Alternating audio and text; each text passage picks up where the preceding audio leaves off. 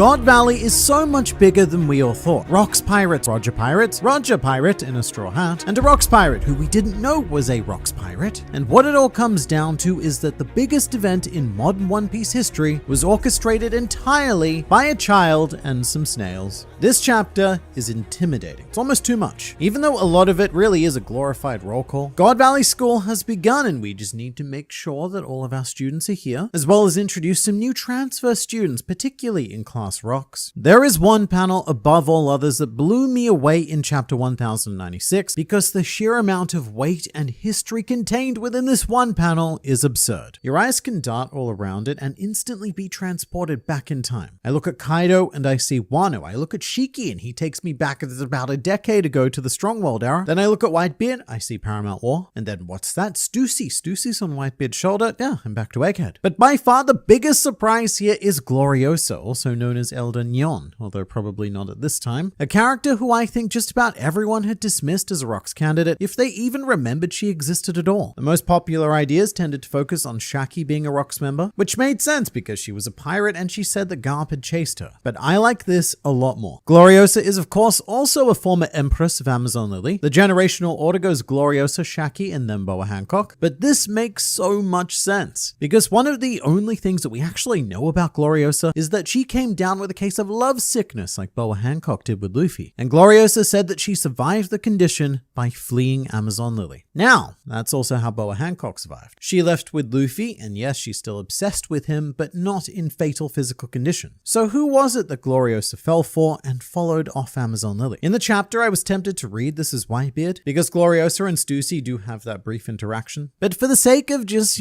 putting this out there, is there a chance that Gloriosa was in love with Rocks Dizabek himself? Because the Rocks Pirates are now balancing out a bit to me. There was a point where all we knew was that it was stacked with nefarious and sort of evil individuals, and Whitebeard and also Whitebeard. But slowly, we're being introduced to more members who sit on the other end of the moral seesaw, like Stussy and like Gloriosa. It's such a curious group, and I can't help but feel like they weren't just bad for the sake of being bad. I could be overthinking things, but with this group of people, I just don't know if it's that simple. And in this chapter, Rocks even displays off screen, he displays your classic D-like behavior by just rushing off into battle all on your own, which is a trait that we've seen from Roger, Ace, and most prominently, of course, Luffy. All I know is chapter 1096 makes panels like this very, very trippy in retrospect, because here Luffy is casually sitting with a former Rocks Pirate member saying, "You really like newspapers, huh?" Amongst the group, we also see Captain John, a man whose corpse we first met a very long time ago on Thriller Bark. And apart from the rotting flesh, he really doesn't look all that much different. As a bit of a TLDR, Captain John also goes on to form his own crew after God Valley and hides his own treasure, which Buggy was looking for. In fact, the armbands that Luffy gave Buggy during Impel Down was the map to Captain John's treasure. And that's what I mean when I can say I can look anywhere on this page and be transported anywhere back in time. Because my eye goes there, I see Captain John, and now I'm thinking about Thriller Bark, I'm thinking about Impel Down, I'm thinking about wherever Buggy fits in. I'm thinking about all of it because these characters are the foundation of One Piece. We also have close-ups of two new faces who are assumedly Silver Axe and Wang Zi also known as Ochoku, the latter of which became the caretaker of Hachinosu until he was evicted by Blackbeard. Now, Rocks himself does not appear in the chapter, but he does speak. So this is a painfully slow burn process, but we are gradually building up the layers of Rocks. And this means that in about a year from now, this chapter will be animated and we will actually get to hear Rocks for the first time. The Rocks Pirates talk very vaguely about why they're on God Valley. I guess if you put two and two together, you might assume that it's for Kaido's Devil Fruit, but as powerful as it is, it feels like an underwhelming reason. But they were definitely after a Devil Fruit in one of those 6 chests. I just don't think it was Kaido's or Kuma's. And it may very well have been the Nika Fruit, which somehow managed to slip away from everyone once again. Maybe that's why Roger was there. He took the chest thinking that,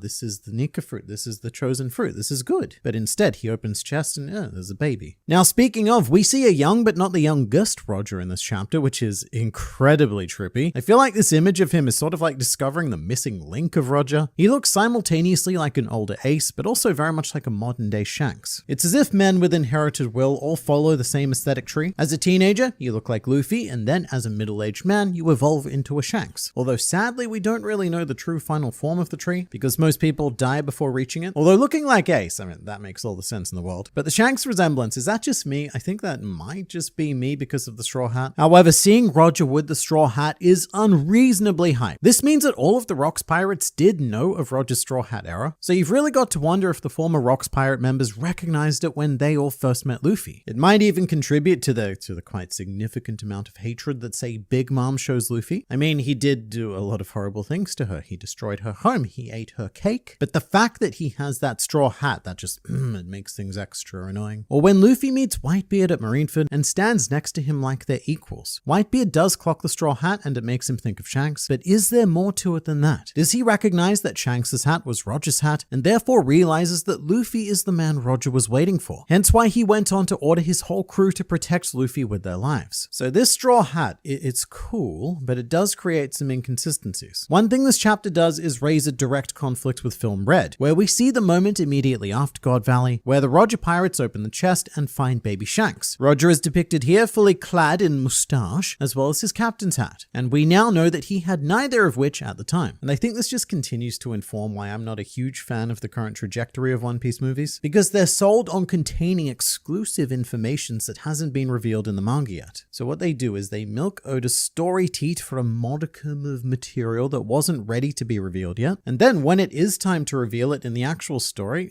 Oda's changed his mind, which is a thing he's allowed to do. When you're writing a story, you can change things before you've written them. I just wish the films didn't put so much pressure on One Piece to reveal this exclusive information before the story was actually ready to do so, and thus concludes my movie rant. Rayleigh looks more or less the same as he did during the Oden flashback, and we see the perpetual mystery man that is Copacabana, third in command of the Roger Pirates, and yet we still know next to nothing about him. The big dwarf looking dude is Mille Pine, and I think we might have Yui in the background as well. And then there's the big dude who people, including me, always get confused because Roger has two rather large rotund figures on his crew with very similar designs that are quite hard to tell apart in black and white. Seagull and Sunbell, their names are even kind of similar, but going by that nose, I believe we see Sunbell behind Roger, who is a fishman, although in episode 0 he was a human, further causing confusion with Seagull, who was and still is a human. It's always nice to see more of the Roger Pirates though, because apart from the big three, the Roger, the Rayleigh, and the Scopper, the rest of them feel a bit like set dressing to me. I look at these guys and I know that these are supposed to be the Frankies, the Choppers, the Brooks, etc. They're supposed to be these insanely powerful and useful members of the Pirate King's crew, and I desperately want to know more about them, but all we ever see of them is a bit like filling a quota for a pirate crew. It's sort of like the idea that we need this big battle to happen, but we can't have that big battle take place as like a 3-on-3. We need more, and so we fill it with extras. Although when One Piece is over, I wouldn't be surprised at all if there was a Star Wars-esque expanded universe that develops, and we start seeing stories dedicated to these very minor but named characters because of their direct link to Roger. Which brings us to the key Marines. And yes, I say Marines plural because before we even get to Garp, Bogart is in the chapter, always nice to see him, and also a very rare appearance by former Fleet Admiral Kong. And one of my favorite panels in this chapter, I'm probably going to say that a lot, there were a lot of favorites, but forget all of the epic action and group shots, I loved that one panel of Garp relaxing on vacation with the music and everything. It kind of reminds me of Cuker Island, which is where Mr. 3 and Miss Goldenwick were first introduced. It could very much be that island. But Garp says something quite fascinating about the world government deliberately provoking Hachinosu, and he suspects that what Rocks is doing is retribution for that. So again, I say maybe there's a lot more to this Rocks business than we thought. With all of the information we have right now, it seems like it was the world government who shot first, and that's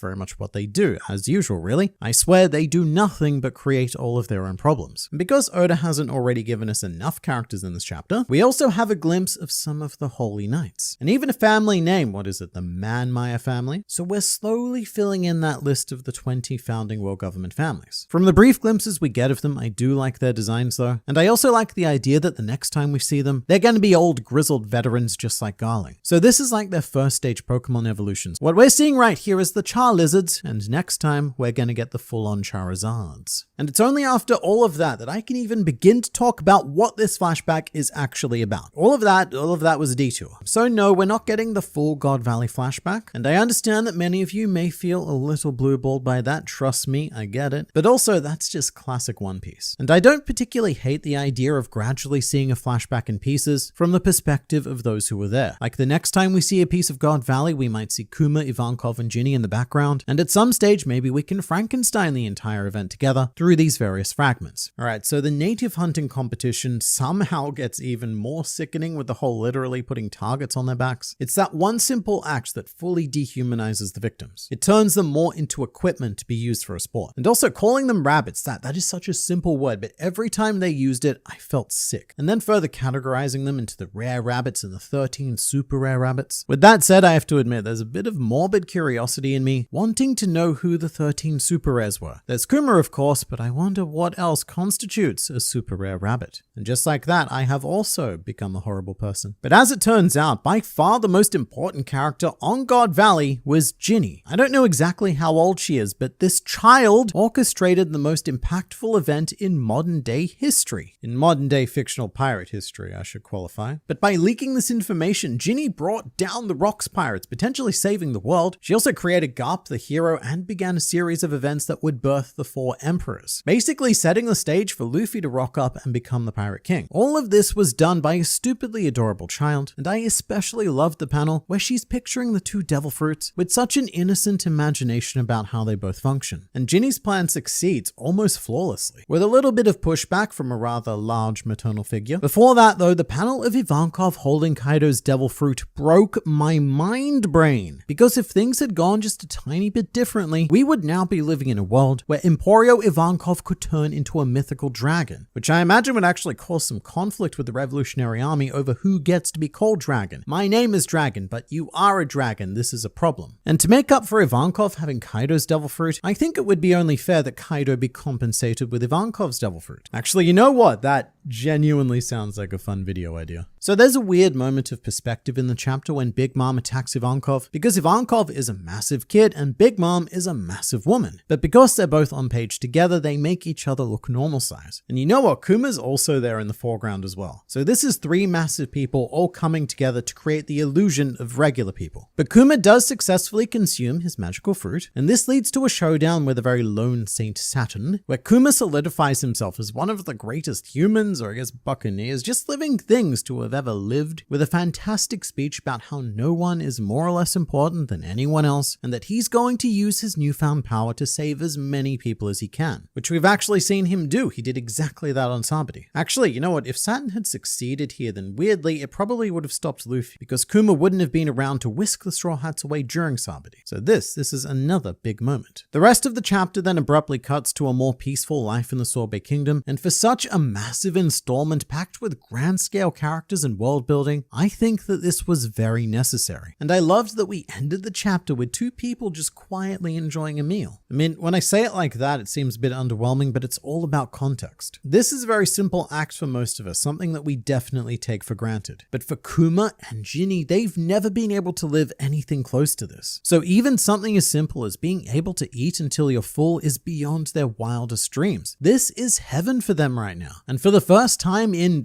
I don't know, perhaps ever, they're both allowed to drop their guard and release all of this built up emotion. One thing I did also appreciate was the mention of a certain Big News Morgans. The kids were talking about how the God Valley incident was reported, and we've now confirmed for the first time that Big News Morgans was indeed in charge at the time, which means that, as I've often speculated, Morgans was the one who invented the Pirate King title for Roger when he first published that article over a decade from this point. But other than that supreme albatross nugget, which reveals the true extent of his global manipulation, the end of this chapter was very low-key, and it was the exhale we needed after the sharp inhale of all of the God Valley stuff. I also find it quite telling that Kuma chose to live in a church. Every now and then One Piece does have some religious commentary, but it usually pertains to false gods. Like say Skypiea, that had a lot of religious themes. And I think it's pretty clear that Kuma is being portrayed as a classic martyr, a completely selfless individual who has dedicated his life and his faith to helping others and making the world a better place. And I imagine this is also probably where he picked up his trademark Bible. And to continue going like full Jesus-y, Kuma is portrayed as a healer in this chapter as well, using his fruit abilities to take away the pain of the 2 kids. And those kids, by the way, are potentially very important because we've seen them before. They were actually both members of Jewelry Bonnie's crew, who we first saw during Sabadi and last saw when the Blackbeard pirates defeated them. So they knew Kuma, they knew Ginny. In fact, then Ginny beat the crap out of them. But then something happened, something bad. Something that we're unfortunately going to see very soon. And as a result of that, these two characters dedicated themselves to Bonnie. But this chapter ends on a very sweet note. And it's a high that I think we should savor because it's probably not going to get any better from here. Yes, Kuma will eventually become the king of the Sorbet Kingdom, but Oda is building this castle just to knock it back down again. And by the end of this flashback, I have no doubt that Bartholomew Kuma will be one of the most beloved tragic characters in the entire series.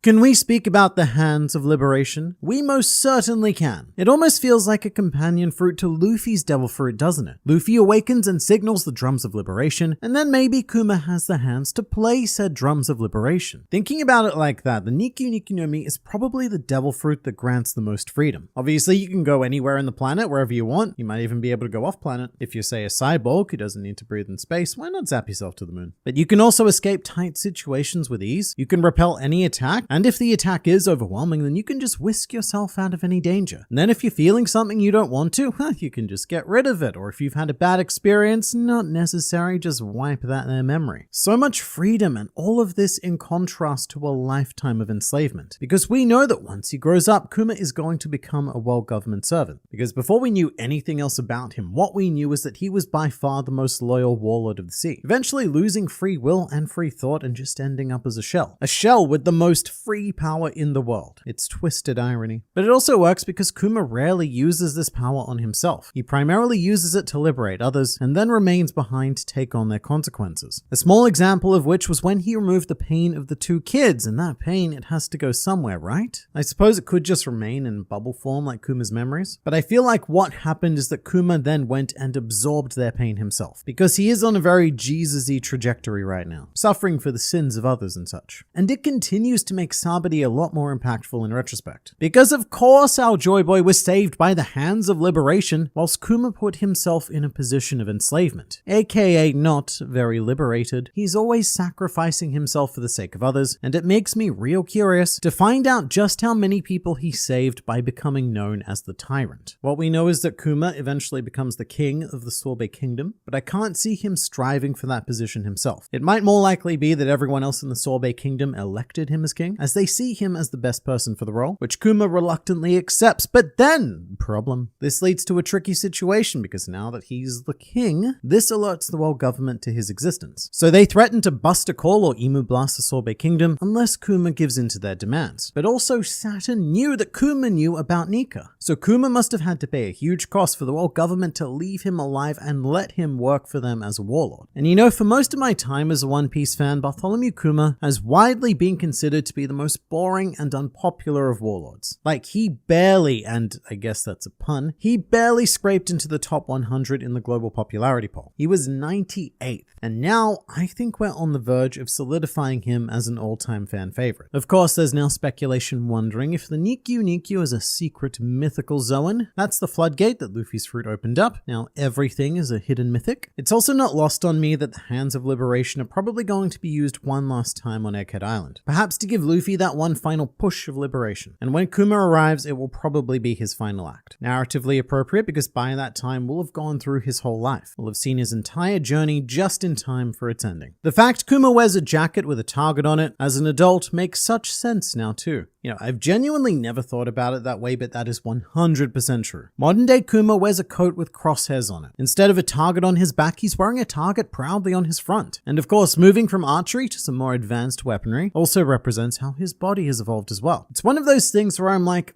did Oda have this planned? At the very least, like a vague idea planned when he made this design? When he made this design, you know, like 2 decades ago? Or is this yet another extremely happy accident? Because in the flashback, Kuma wears that target proudly. He volunteers as decoy because he'll be the easiest to hit, but also because he knows that he can take it. And modern day Kuma does the same. He's put a literal target on his buccaneer belly, and he continues to take hit after hit in order to save others. I didn't notice that the Rocks crew's Jolly Roger looks like Nika before. Well spotted. So this isn't the first time that this Jolly Roger has appeared, and it certainly did not go unnoticed that it contains one very familiar swirl on the top right. Although if you just watch the anime, you may or may not have noticed this because sometimes they don't include it for whatever reason, but it is a very key feature, and Jolly Rogers in One Piece tend to be a representation of their captain, which has led to speculation that Rocks may have been a previous user of Luffy's Devil Fruit, or that it was his goal to find and attain it and become become the Joy Boy and do whatever his purpose was, thus commencing the Rocks did nothing wrong movement. It's interesting because it's hard to draw a connection to Rocks directly through this Jolly Roger because it doesn't really look anything like the silhouette we know. So maybe it does represent his ambition and he was set on liberating the world in his own way. Let's put it this way, maybe the Rocks pirates in general weren't so bad, but because of this tragic event they all got twisted and ended up becoming true villains. Kind of like how the bad timeline Straw Hats all become villains. I mean, Robin literally goes into business buying and selling child slaves, which shows that even our purest main characters are capable of great evils given the right shot of tragedy. I don't feel like any of the Rocks pirates that I see in this chapter are irredeemably bad. Many of them do of course go on to become that, but when I look at this group shot of everyone, it feels like I'm looking at the Straw Hats or the Roger pirates or the Red Hair pirates. I don't get an overwhelming sense of,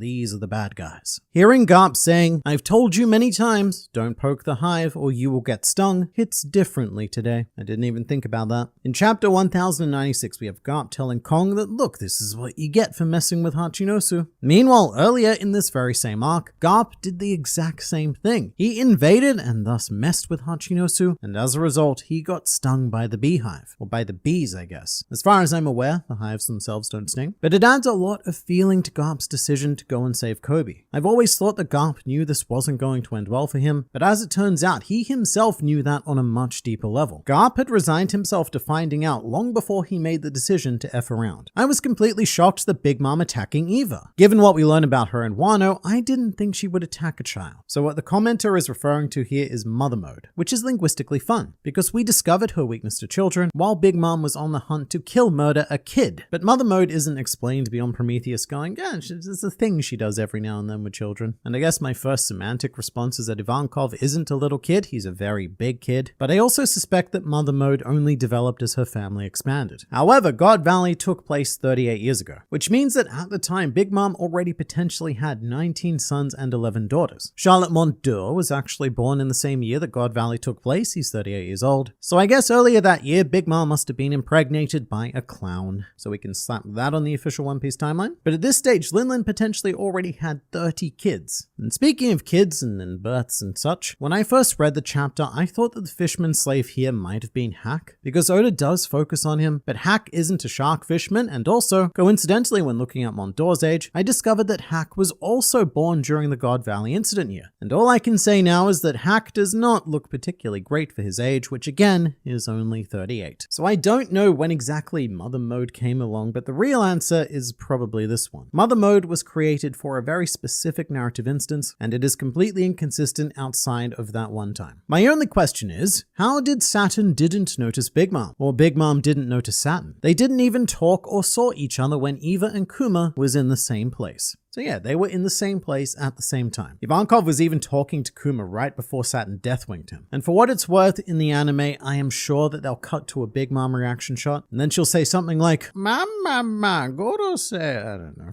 I don't know exactly what it'll be, but it'll be something that fills time and doesn't contribute to the story, because they are not going to miss that opportunity. In fact, I would expect this whole flashback to be significantly longer in the anime. I reckon Captain John's treasure is one of those chests that has been hidden away. That's a fun idea, because he was obviously very keen on taking whatever the Rocks pirates were there to grab, with that line about, my precious treasure, and we still can't account for all of these chests. Now, in the chapter review, I did fail to mention that the world government actually stole something from Hachinosu, which the Rocks pirates were there to retake. However, whatever that treasure was is almost certainly one of the devil fruits, because that's the information that Ginny leaked. So whatever Captain John is thinking is his treasure, and whatever the pride and joy of Hachinosu was, is still probably one of the fruits. Back to John though, weirdly enough, we were never told if Buggy actually found Captain John's treasure. Luffy gave him a map to Captain John's treasure, and Buggy expressed every intent to go and seek it out, but then he got invited to become a warlord, and we never heard of it again. I always assumed that he found and used Captain John's treasure to fund Buggy's delivery and start paying for all the mercenaries, but that may not be the case. The title of warlord might have been enough. But with the chests, right, we have Kuma, we have Kaido, we have Shanks. That leaves 3 chests and 4 devil fruits unaccounted for. And my favorite theory that popped up is that all 6 chests somehow ended up on the island of rare animals. chests, but only after they had their fruits taken. Because if you include the one that Gaimon wears, there's exactly 6 empty chests on that island that don't look too dissimilar from the God Valley ones. It would be such a One Piece thing to do. For Oda to drop this treasure chest bombshell, and then the answer is that they ended up in the most irrelevant location possible. And we basically saw them in the manga equivalent of a filler chapter. Please speak on John and Kureha sharing the same laugh. So I'll get to the laugh in a bit. But there is definitely a strong aesthetic similarity between John and Kureha, in that they're both lanky, long-haired, bottle-wielding, smiling maniacs. And they do have very similar facial features, with their pronounced sharp noses and chins. At face value, I would absolutely believe that John was Kureha's son. And that's where he picked up his permanent alcoholism. Even as a zombie, he always needs to have a bottle. However, the laughs don't support this. Kureha's unique laugh is hee hee hee, and it's meant to evoke the sense that she's a scary witch. And John's laugh looks pretty similar because you've got 2 katakana that represent the HE sound, which in English I guess we would go hee hee, but in Japanese it's more like heh heh. So overall his laugh is more like fuh heh heh. So we did strike out on the laughs, but I do think we should keep this idea in mind, because Kureha does have some connection to Roger. She was the first person in the series to say his real name, Goldie Roger. So whether it's through John or not, there is still something more here. We can see Big Mom's chef right next to Whitebeard. There is so much about this chapter that I didn't clock the first, second, or even third time I read it, and in this case it took this comment for me to see him. But yes, that is Stroyson in the bottom right hand corner of the Rocks Pirates panel, and I guess this means that he may have been the chef of the Rocks Pirates, which would have been hilariously awful, because he probably just fed everyone but Lin logs and stuff. The narrator did say that Stroyson was a failed pirate chef, but that was before he found child Lin. But you know what, we've talked a lot about what we did see. It's also worth discussing what we didn't see. Of all of the revealed Rocks members, Higurashi wasn't seen. And we don't know for a fact that she was part of the Rocks Pirates, but she did know Kaido and she definitely met Shiki, because she used his face in the Oden flashback. And it's even possible that the beautiful woman's face she used could have been Buckingham's Stussy. So we're not going to talk about Ginny being Jewelry Bonnie's mom. Not really, because I already did that with the last chapter. In this one, I do think the connection to Bonnie grows stronger, because Ginny continues to love eating in the line about gluttony, and also we see the kids that eventually grow up to be part of Bonnie's crew. But I feel like we'd already put things together in 1095. But just in case anyone is unaware, Ginny is almost certainly Bonnie's mother, unless Bonnie is a clone of Ginny, which after Egghead Island is a caveat that I need to add to every single idea. This theory is probably correct unless clone. However, while we're here, I should also say that a new wave of thought has sprung up offering the idea that Ginny is Bonnie. I've seen a lot of people say that Kuma could have removed her memories because that's a thing he can do, but we have already seen Kuma with child Bonnie, who is distinctly different from Ginny. Also, here's a fun thing. In the review, I said, I don't know how old Ginny is, and that was entirely a skill issue on my part. All of the information was there to put it together. I just didn't. I think my mind was just scrambled by God Valley. But Ginny says that she's 4 years older than Kuma, and it's then stated on the very next page that Kuma is only 9 years old. So we do some quick maths there, and Ginny is 13. And maybe it's just because she's always standing next to Kuma, but she looks absolutely tiny for a 13-year-old. There's a theory about Gloriosa falling in love with Zeph. Sanji got the expression, love is always a hurricane, from him, which is something that Hancock said too, possibly learned from Gloriosa. Alright, so this is a fun breadcrumb theory that I've heard before. By breadcrumb, I mean that you've really got to follow things back. Gloriosa did say this in chapter 522, and added that it's a saying from the East. Meanwhile, Snanji first said this in chapter 76, and the way I've always taken it is sort of along the same lines of, the will of D will always cause a storm. It's very much a trademark Sanji line though. On Thriller Bark, Inupe even said it in different words. The name of that tempest is love. And then the crew even distinctly recognize it as Sanji. They're all like, oh great, now the dog penguin is saying stupid stuff just like Sanji. But Sanji was of course born in North Blue, so he would have had to pick the expression up during his time in East Blue. And so just like his chivalry, it's been proposed that Zeph taught him the phrase. So in the entire history of One Piece, 4 people have used this phrase. 2 of those people were Sanji. One was Boa Hancock, who we assumed learned it from Gloriosa, and then Sanji must have learned it from somewhere. And hey, Zeph taught Sanji some things, and if he taught Sanji that thing, then therefore that potentially connects Zeph to Gloriosa, and the reason why Zeph had to flee into East Blue was to escape Gloriosa's infatuation. Although another theory is that Gloriosa fell in love with Kaido and perhaps,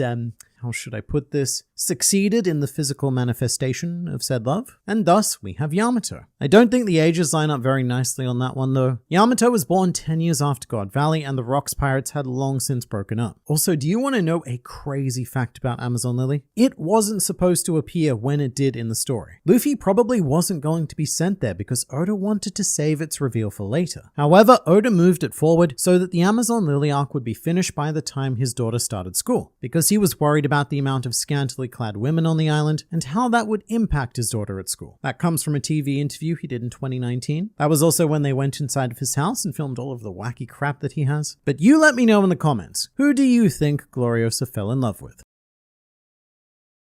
Dragon was a marine. Then he wasn't. It wasn't a very nice place to be, you see. And where did he get his tattoo? It's a blink and you'll miss it appearing moment in this chapter. Plus, do you remember one of the greatest moments in One Piece of Zoro on Thriller Bark? Well, as it turns out, Kuma did that every week for pretty much his entire life. And each and every week, nothing would happen. In fact, Kuma's whole life consists of a whole ton of nothing, really. And you know, something this chapter made me realize, something very special, is seeing Kuma's eyes. In the modern day, even pre-time skip, they were lifeless. Even Esper's eyes are seemingly devoid of life. And considering these are some of the most basic eyes in the whole series, Oda somehow in this chapter fills us with this surplus of gentle kindness. I mean, each eye is just line dot. And it might be the simplicity that does it, like Luffy's eyes. There's a certain innocence and honesty about them. Like there's nothing to hide. These characters really are just this simple and open. Meanwhile, Ginny is morphing into Bonnie, proudly sporting sister across her chest. And at first I thought, mate, this relationship with Kuma isn't going very well, because he's quite thoroughly sister-zoned her. But it's more likely a religious reference to nuns calling each other sister and writing sister across each other's breasts, just in case anyone forgets what to call them. I'm pretty sure that's what nuns do. But the Ginny-Kuma relationship is very Eiichiro Oda romance. You've got Ginny saying, I want to get married, and then you've got Kuma going, let's not do that. Let's do literally anything except that. Like join this global vigilante group, that sounds fun. But of course, there is a lot more to it than that. Kuma obviously wants to take the next step, or I guess any step with Ginny, but he keeps flashing back to his parents. Even though it was only his father who was a buccaneer, his mother was still taken, enslaved, and ultimately murdered as a result of that. So look, I'm gonna give Kuma's commitment issues a pass, especially since we know that this story is not ending well for him. But I also love that he is completely oblivious to everyone around him. Because you've got Bonnie's future crew members always simping over Ginny, and Kuma's just like, wow, aren't they kind? Isn't it lovely having such wonderful people around us? But the whole situation on the Sorbet Kingdom is giving me nostalgia in all of the wrong ways. It's very Arlong-esque really, because this is the first time that the tribute tax has been explained, I think. And it's not just a lump sum per nation, it's actually calculated by population. So if we go back to East Blue, Arlong is essentially placing himself in the same position of a world noble by using their taxation system. But also this adds a whole new aspect of horror. Because under this system, it's actually in the best interest for the monarch to, well, for want of a better word, purge their kingdom, because the less people you have, the less tribute you have to pay. So it gives already sociopathic monarchs an even greater incentive to do horrible things, which is what we're seeing happen right here in the Sorbet Kingdom. It's like trickle-down cockery. It's not bad enough that the world nobles exist and do all of their horrible things, but their actions actually end up encouraging the lower nobility to become more and more like them. And Kuma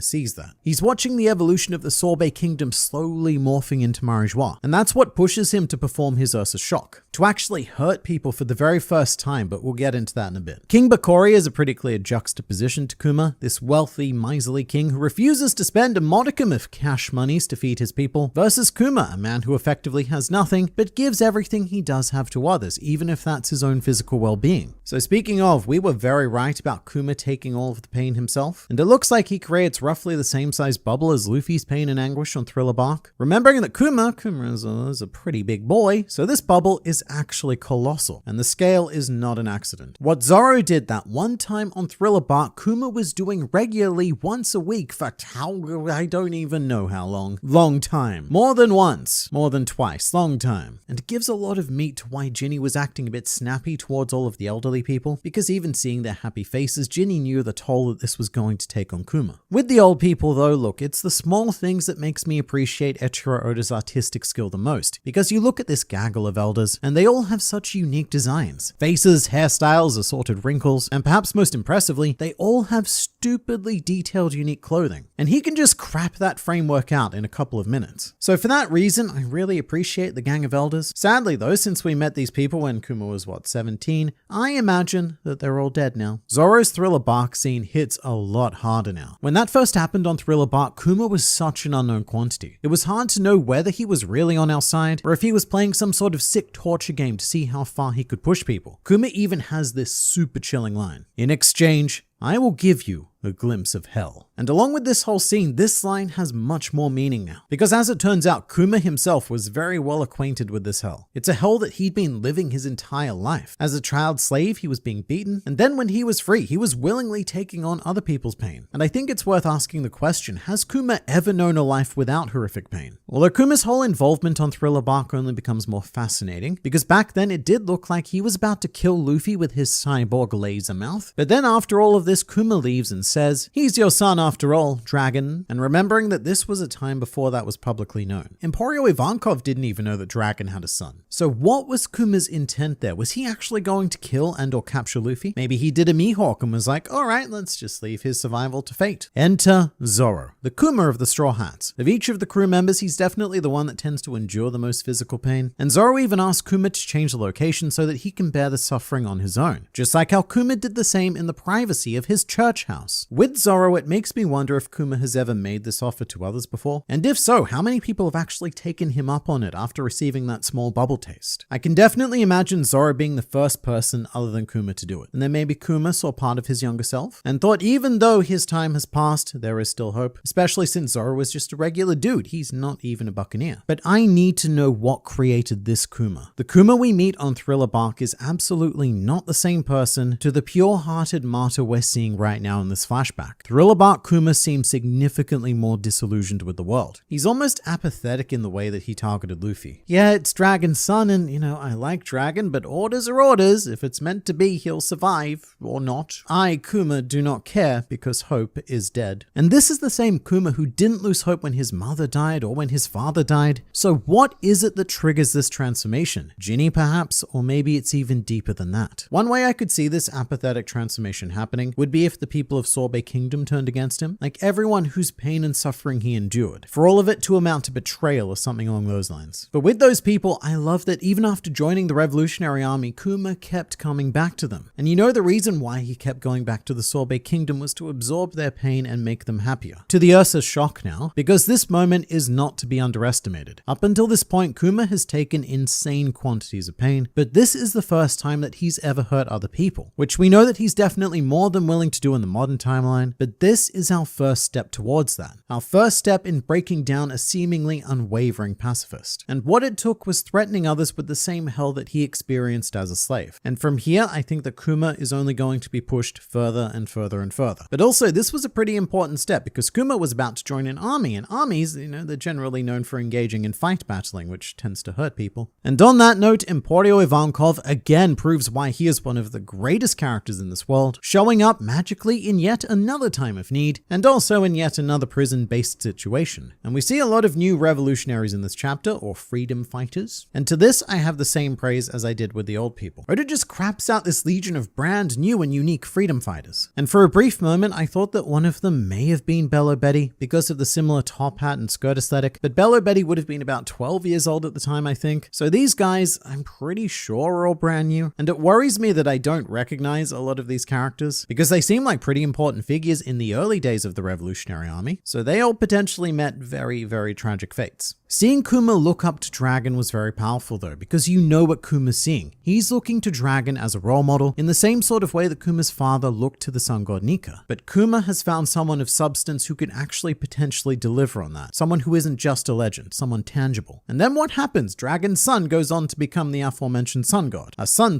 god. But you just know that Kuma is fanboying so hard in this moment where Dragon's storms the prison. It's like if there was a knock at the door and then bam, it's your favorite celebrity standing right there and they say, "No time to explain, come with me to do celebrity things." I don't know what people do. I only know what I do, and that's make videos about fictional pirates on the internet. But a very popular theory was very casually confirmed, which is that Dragon was once a Marine. And that makes all the sense in the world, being the son of Garp the hero. Garp, of course, wanted Luffy to become a Marine. He also wanted Ace to be a Marine, but Dragon was the first project. His firstborn to follow in his footsteps and become the hero that no one else until Kobe wanted to be. From the conversation that Ginny and Kuma have about Dragon, we know that he left the Marines at least 25 years ago. So at his oldest, he could have been 30 in the Marines. And that's pretty old. That means he could have worked his way quite far up the ranks. Could have even been as high as Vice Admiral. Because we have Vice Admirals all over the age spectrum, but being in your 30s is not uncommon. In fact, Kuzan and Sakazuki were definitely both Vice Admirals in their 30s because we know they had those ranks during the Ohara incident. And a weirdly real possibility exists that there is a reality where both Garp and Dragon held the same rank at the same time. Dragon must be considered very much the opposite to Garp. Garp is the world's greatest hero, and Dragon, the most wanted man in the world, is the greatest villain. From their perspective, what a monumental failure that someone so talented was twisted and turned against them. So in terms of Dragon's age, this means that he was in the same batch of recruits as Kizaru and Sakazuki. Maybe not Kuzan because he's a bit younger than them, but if Dragon had stayed in the Marines, there is no doubt that he would have been an admiral. And if things went very well, perhaps even fleet admiral now instead of Sakazuki. So about that, to say that Sakazuki has a bit of bad blood with Dragon would be putting it lightly. This is one of those subtle needles hidden in a gigantic pirate haystack. But Sakazuki has a particular hatred for Dragon that goes beyond anyone or anything else. When he was talking to and about Luffy at Marineford, Sakazuki kept bringing up Dragon. No one asked, he just kept saying it. Luffy wasn't Luffy to him. Luffy was son of Dragon. In fact, Sakazuki mentions Dragon almost as many times during Marineford than anyone else throughout the entire series up until this point. He's always like,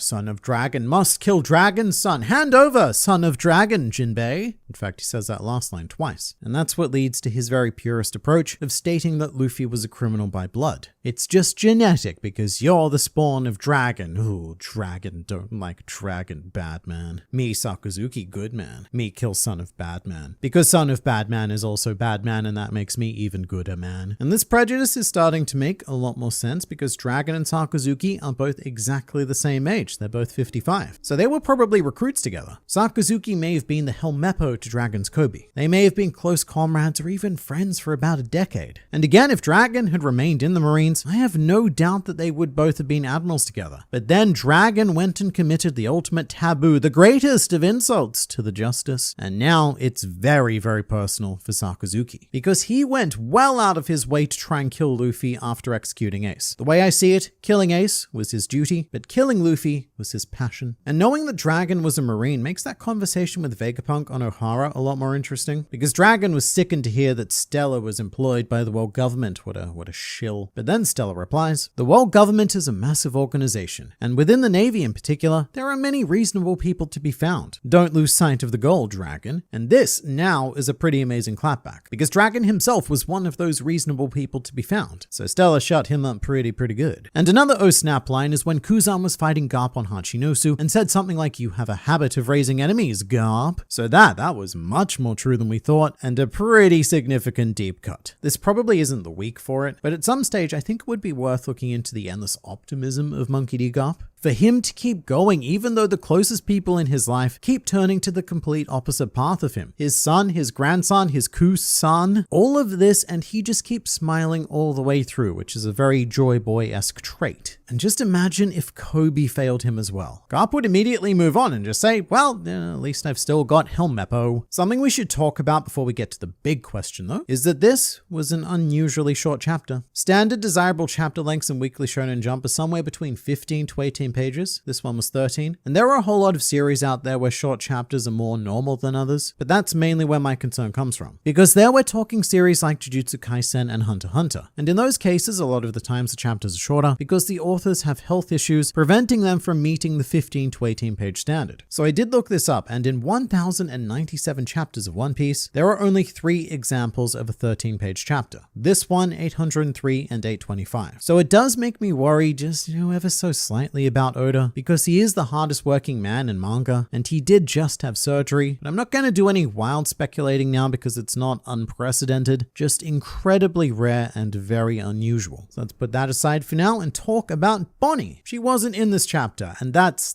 kind of the point. There's still no word on Bonnie's existence, and numerically, it's not really matching up. It's quite curious because the chapter ends very dramatically with Ginny being kidnapped, and part of me says that this isn't the big tragic moment we're waiting for because Bonnie still doesn't exist, but that raises two immediate thoughts. Thought number the first. This chapter ends at the 14 years ago mark, meaning that if Bonnie doesn't already exist, then at most she can only be around 13 years old. I mean, maybe Ginny and Kuma performed interspecies intercourse off screen, and Bonnie is sitting in some sort of revolutionary daycare right now. But if not, the Bonnie we're seeing right now is definitely not her true form. And as it's been hinted to many times now, she could actually be a small child pretending to be an adult with her magical fruit. Bonnie's devil fruit now has a name, by the way. It's called the Toshi Toshi no Mi, which means age fruit. It was revealed very recently in the SBS of volume 107, and it was accompanied by Oda essentially saying, oh yeah, I guess I forgot to say the name of the fruit in the series. I should probably do that at some point. So it's that, or, and yes, I have to bring this up, Bonnie could be a clone of Ginny, a clone who was accelerated into an adult body, much like how the Seraphim have accelerated growth. Also, there is a chance that Bonnie isn't the biological child of Kuma and Ginny at all, because from what we see of Bonnie as a child, she grew up extremely poor, meaning that she could have been just a kid that Kuma stumbled upon and decided to raise because she reminded him of Ginny, and he even gave her the name Bonnie as a slight tribute. With Kuma, and this has always been the case with him, the more information Oda gives us about Kuma, the more questions I have. And as for another question, who kidnapped Ginny? This is a tough one because we don't know if it was the Marines, the pirates, or even another faction. Because the Revolutionary Army operates in the business of assisting, well, revolutions in other kingdoms, so it could be neither a pirate nor a Marine. It could be the forces of the, quote, certain kingdom, which I believe is in East Blue because Ginny is the commander of the Eastern Army, which is actually the role that Bello Betty goes on to inherit. So we don't know of anything happening in East Blue 14 years ago. In fact, literally the only thing we do know about East Blue from 14 years ago is that that's when Choo Choo was born. So very, very important here. But speaking of years, we don't have that many chapters left in 2023. So this year might end on a pretty tragic note. So you let me know in the comments, who do you think kidnapped Ginny? Who else is looking forward to the Dragon versus Sakazuki fight? I know that Sakazuki killed Ace, and so there's a bit of bad blood there with Luffy, but Sakazuki has always seemed like ultimately he's going to be someone else's problem to deal with. Luffy has his own thing going with Blackbeard. Besides, Sakazuki's business really does seem to be tied to Dragon infinitely more so than Luffy. Even knowing the nothing we do about Sakazuki's relationship with Dragon, think about it from his perspective. You are the same age as the spawn of Garp, the hero, the embodiment of the justices. Garp is like Sakazuki's god and Dragon is his Jesus, but then instead of doing all of the salvation, Dragon betrays justice and dooms the world. It may have even caused Sakazuki to lose respect for Garp for bringing such a person into the world in the first place. And not only that, but eventually causing a second terror, that awful Luffy, to be spawned as well. In fact, I'm pretty sure I know Sakazuki's exact line of thinking. Monkey D. Luffy, bad man. Me, Sakazuki, good man. Kill Luffy, but grandson of Garp. How can bad man be grandson of good man? Confuse Sakazuki. Bad man for confusing Sakazuki, therefore Garp is also bad man. That's exactly how it went down. And from what we've seen, Sakazuki doesn't have, a whole lot of respect for Garp, but that's the man he became. That's not necessarily what he started out as, because Sakazuki shares a lot of Garp's mannerisms. They both have a preference for fine fistsome combat, and Sakazuki even shares Garp's taste in Hawaiian shirts. It could have been that the Dragon incident devastated Sakazuki into believing that traditional justice wasn't enough. I mean, what had established justice done for us? All it did was create the world's worst criminal. And so that turned Sakazuki to the path of absolute justice, having been disillusioned with what the hero of the world had to offer. So Sakazuki had to become his own hero, because otherwise exactly who was Sakazuki looking up to? We don't really have an origin of absolute justice beyond him, at least not yet. On the subject of Sakazuki, it's worth remembering that he wasn't actually trying to kill Ace. He was straight up trying to kill Luffy, and Ace jumped in the way. It shows he cares more about what he wants than duty. duty. That's actually a fantastic point. Sakazuki did not go for Ace first, or at all. In fact, he goaded Ace into a clash and used all of the confusion as an opportunity to strike Luffy. So I guess you could say that, yes, Sakazuki was prioritizing killing Luffy and Ace just got in the way. It's such a small detail that says so much. And speaking of small details, I've always found it very profound that Luffy was distracted in this moment as well. He dropped Ace's Vivia card and lost all focus on the actual Ace. So in trying to preserve the representation of Ace's life, Luffy put his own life in danger, and thus Ace had to sacrifice his life. I don't really know how differently things would have played out, but I do wonder what would have happened if Luffy decided not to pick up the Vivia card. He didn't need it, the Ace, his Ace was right there. But I'm becoming more and more convinced about Sakazuki's potential backstory with Dragon. There's a solid hatred there that goes beyond him simply being a bad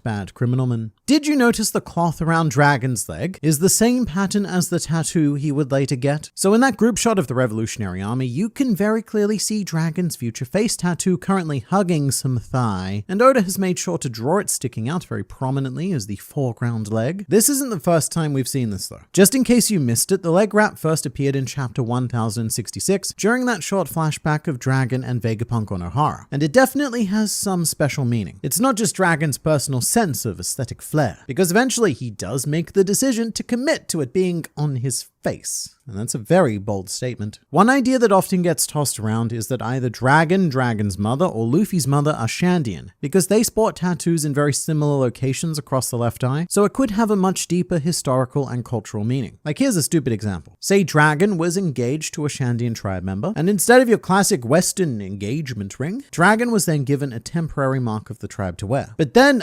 tragedy happens because it's One Piece, Luffy's mother dies, and Dragon makes the full commitment to wear that tattoo every day on his face in her memory and inherited will and such. Something like that. Of course, we'd then have to explain why Luffy doesn't have wings, except for that one volume cover, I guess, where he does actually. And also, he has his left eye closed, which is weird. One Piece analysts have been puzzled by this cover for years and years now because Luffy doesn't wink, ever. I think there's one shot of him doing it during Film Z, which only goes on to prove just how weird it is, because with Luffy, it's blink or nothing. So look, maybe we're heading towards a future where this volume cover completely gave away the game in regards to Luffy's heritage, but today I'm going to say that we're just overthinking things as usual. Based on your points about Sakazuki and Dragon's potential relationship, I wouldn't be surprised if Sakazuki kidnapped Ginny. Entirely plausible. So at this time, Sakazuki is well and truly a vice admiral. He might even be a full admiral, actually. We currently don't know what happened with him at all between the Ohara incident and the Paramount War, and he's already involved in this arc because he confronted Kuma on the Red Line. And I don't mind the idea of Sakazuki capturing Ginny, because it gives the post-war Bonnie situation some nice context. He was the one who was sent to recapture Bonnie, so we have an antagonist fit for the whole family in the making, which is becoming a bit of a Sakazuki trademark, as he's already an antagonist for the entire monkey family. Ginny could have been kidnapped by Germa 66. Alright, this sounds ridiculous out of context, but just stay with me here, because there could be a genuine connection. In the last video, I said that we had no idea what was going on in East Blue 14 years ago. However, we do know what happened 13 years ago. And 13, it is a very close number to 14. In fact, depending on where you are in the current year when you state the number, they can even cross over. And what happened 13 years ago is that the Germa kingdom scaled the Red Line to invade a kingdom in East Blue. And we even know what that kingdom was called. It was called Kozia or Kojia. The spelling changes depending on whether we're looking at the anime, the manga, or in this case, actually the live action. This is how detailed the live action was. If you look at the various maps they show in the end credits of the episodes, you can see Kozia marked. And it's very close to the Konomi Islands, where Belmare raised Nami. And I don't want to jump to conclusions. Wait, no. I would like to jump to a conclusion. Because Kozia does, from the very little we see of it, look a lot like the island that Ginny is on. They share those long, slender, penis-y looking buildings, and also both islands have palm trees, but that is very common for One Piece islands, especially the miscellaneous ones that just need some quick set dressing. At the time, though, the Germa Kingdom was a world government affiliated nation. So we have a situation where the world government, we're having some trouble with a rebellion in East Blue. Vin Smoke Judge,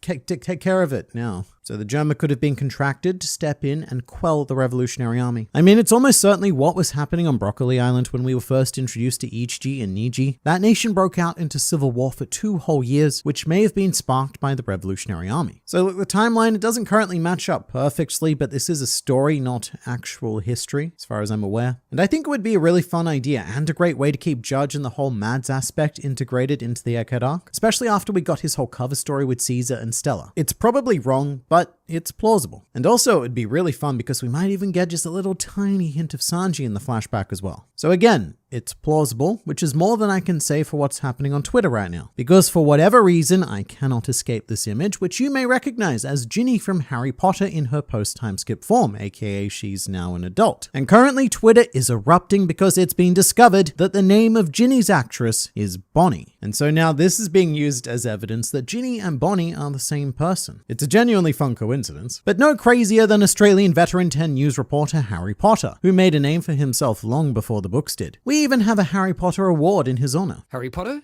10 News. So Harry Potter, in all of his incarnations aside, the Ginny is Bonnie theory has taken yet another twist. And this time it's all about memories. The idea is that something terrible happens to her while she's captured by our currently unknown enemy. So Ginny is traumatized, ends up eating or even being force-fed the Toshitoshi no Mi, and reverts her age to being a young girl. And when Kuma does eventually rescue her, he takes away the trauma by removing memories for the first time, because we still have yet to see him discover that that's a thing he can do. And maybe he even takes the memories into himself to bear that trauma for Ginny. But as a result, Ginny doesn't remember who she is, so she's been given a hard reset, but she's in a child's body. So what we do is we start again from there, and you're now Bonnie. So they're the same person, but different. And look, I don't know how much I would invest into this, but here is the deep twist, right? Kuma might be gone, or will be gone by the end of Egghead, but Esper is still here, and he is literally Kuma just without the memories. So Bonnie could go on to raise Esper and bring the whole thing full circle. I don't buy into this idea as much because the child Bonnie theory is just looking so solid at the moment. And also, Amnesia doesn't have a great track record in One Piece. Our examples are Big Mom and Sabo, and really, this is a great lesson for any aspiring authors out there. If Eiichiro Oda can't do Amnesia well, then just don't try. This rabbit hole doesn't end, by the way, and this is what I love about Oda's writing, because right now there's room for like 6 or 7 different Ginny theories to coexist. There's now an idea that Ginny was captured by the Marines, made into a slave, and some horrific acts later, ta-da, it's a baby Bonnie, who Kuma then took in and raised in memory of Ginny despite her being part world noble. I think this is even less likely though, because I seriously doubt that Oda would go that dark, because then, you know, you're starting to involve the R word in One Piece, and that's just not that kind of series. So Kuma became a cyborg to feel lesser pain and heal more people. Look,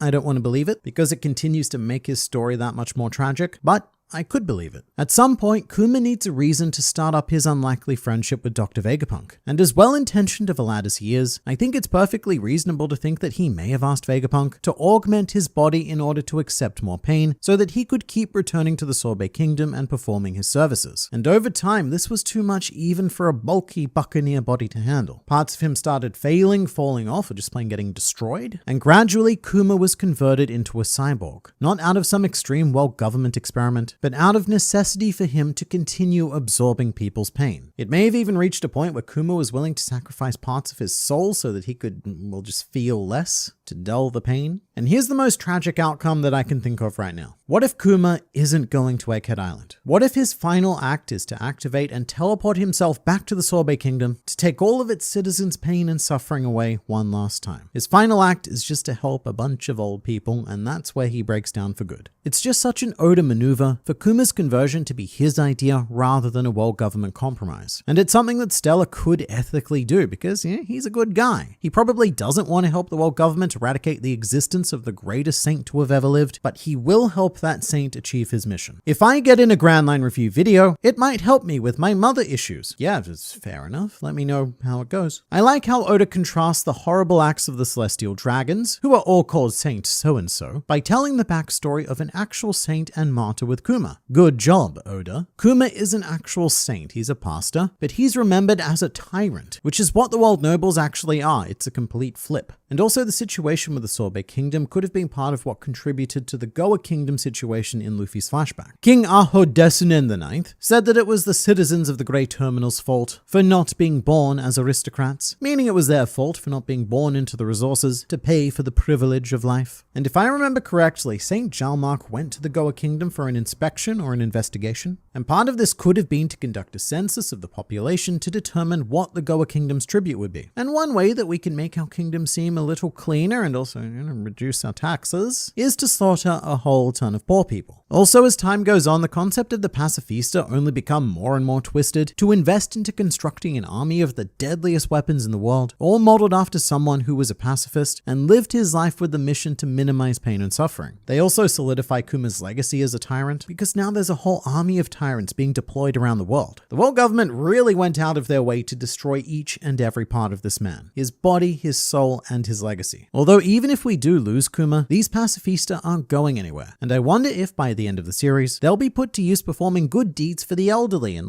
not just these elderly, I mean different elderly, better elderly, by ensuring that each and every nation in this world has its own Kumachi to take away their pain and suffering. Stella could even make a whole line of pacifista with green blood and give them Kuma's fruit ability. And then we could take one step closer to creating a world without suffering, or at least a world where suffering is easily curable, all thanks to one very gentle tyrant. Something else I haven't flagged yet is that the cover page is absolutely adorable. It got me really excited for a second because I thought we might be starting a new cover story, like a different kind of cover story. One where Oda tells a flashback instead of a concurrent plot. I think that sort of thing would be really interesting because it's so difficult to fit detailed backstories into One Piece. The pace just moves way too quickly. But cover stories would be a great opportunity to give us those slower paced moments. Just 5 pages of, Kuma and Ginny's daily life in the Sorbet Kingdom. Because I think that late stage One Piece is really missing those moments of downtime where we get to just sit and spend time with the characters. I mean, I get why Oda does it because I know there were a ton of people complaining that this chapter was boring because all it did was focus on Kuma instead of the hype of God Valley and such. But at the risk of sounding like a contrarian, I liked this chapter better than the God Valley one because even though, yes, it's a bit slower, it's putting the pieces together and painting a very vivid picture of one of the biggest enigmas in all of One Piece. And maybe cover stories would be a great way to expand on that without interrupting the fast pace of the main plot. Like a series dedicated to Kaido's path to joining the Rocks Pirates. Or maybe even characters who will never be relevant again, like the exploits of Golden Lion Shiki. Also, at first I couldn't figure out what Ginny was holding. It took me a pretty embarrassingly long time to realize that it was Kuma's glove, which is such a great way of showing their scale. Ginny's hand makes Kuma's glove look like a squid, or I guess a series of well-milked gigantic cow udders. This idea comes from Mr. Morge's live chat, but I'm going to build on the idea. I now think Kumachi will pop up on Egghead and push all the pain out of Luffy and take it all on himself. I mean, what more could you really hope for in Kuma's position? At the very end of his life, with the bare minimum shred of consciousness remaining, Kuma finally gets to see the sun god Nika that his father told him about. And he also gets to hear the drums of liberation, the dum, which is lovely because then he knows that everything he did was for a reason. And he can move on now. He can go and die peacefully because Nika's here and everything's gonna be okay, probably. Gear 5th Luffy then returns to peak fighting form, Kizaru remains on the floor, and we can all escape Egghead and say, hooray. And it would be a really bittersweet moment because Kuma would die, but he would die satisfied. That, or he'd see Luffy on the floor just like Thriller Bark, then look towards Zoro and go, do you want to take this instead? No, I thought not. Don't worry, mate.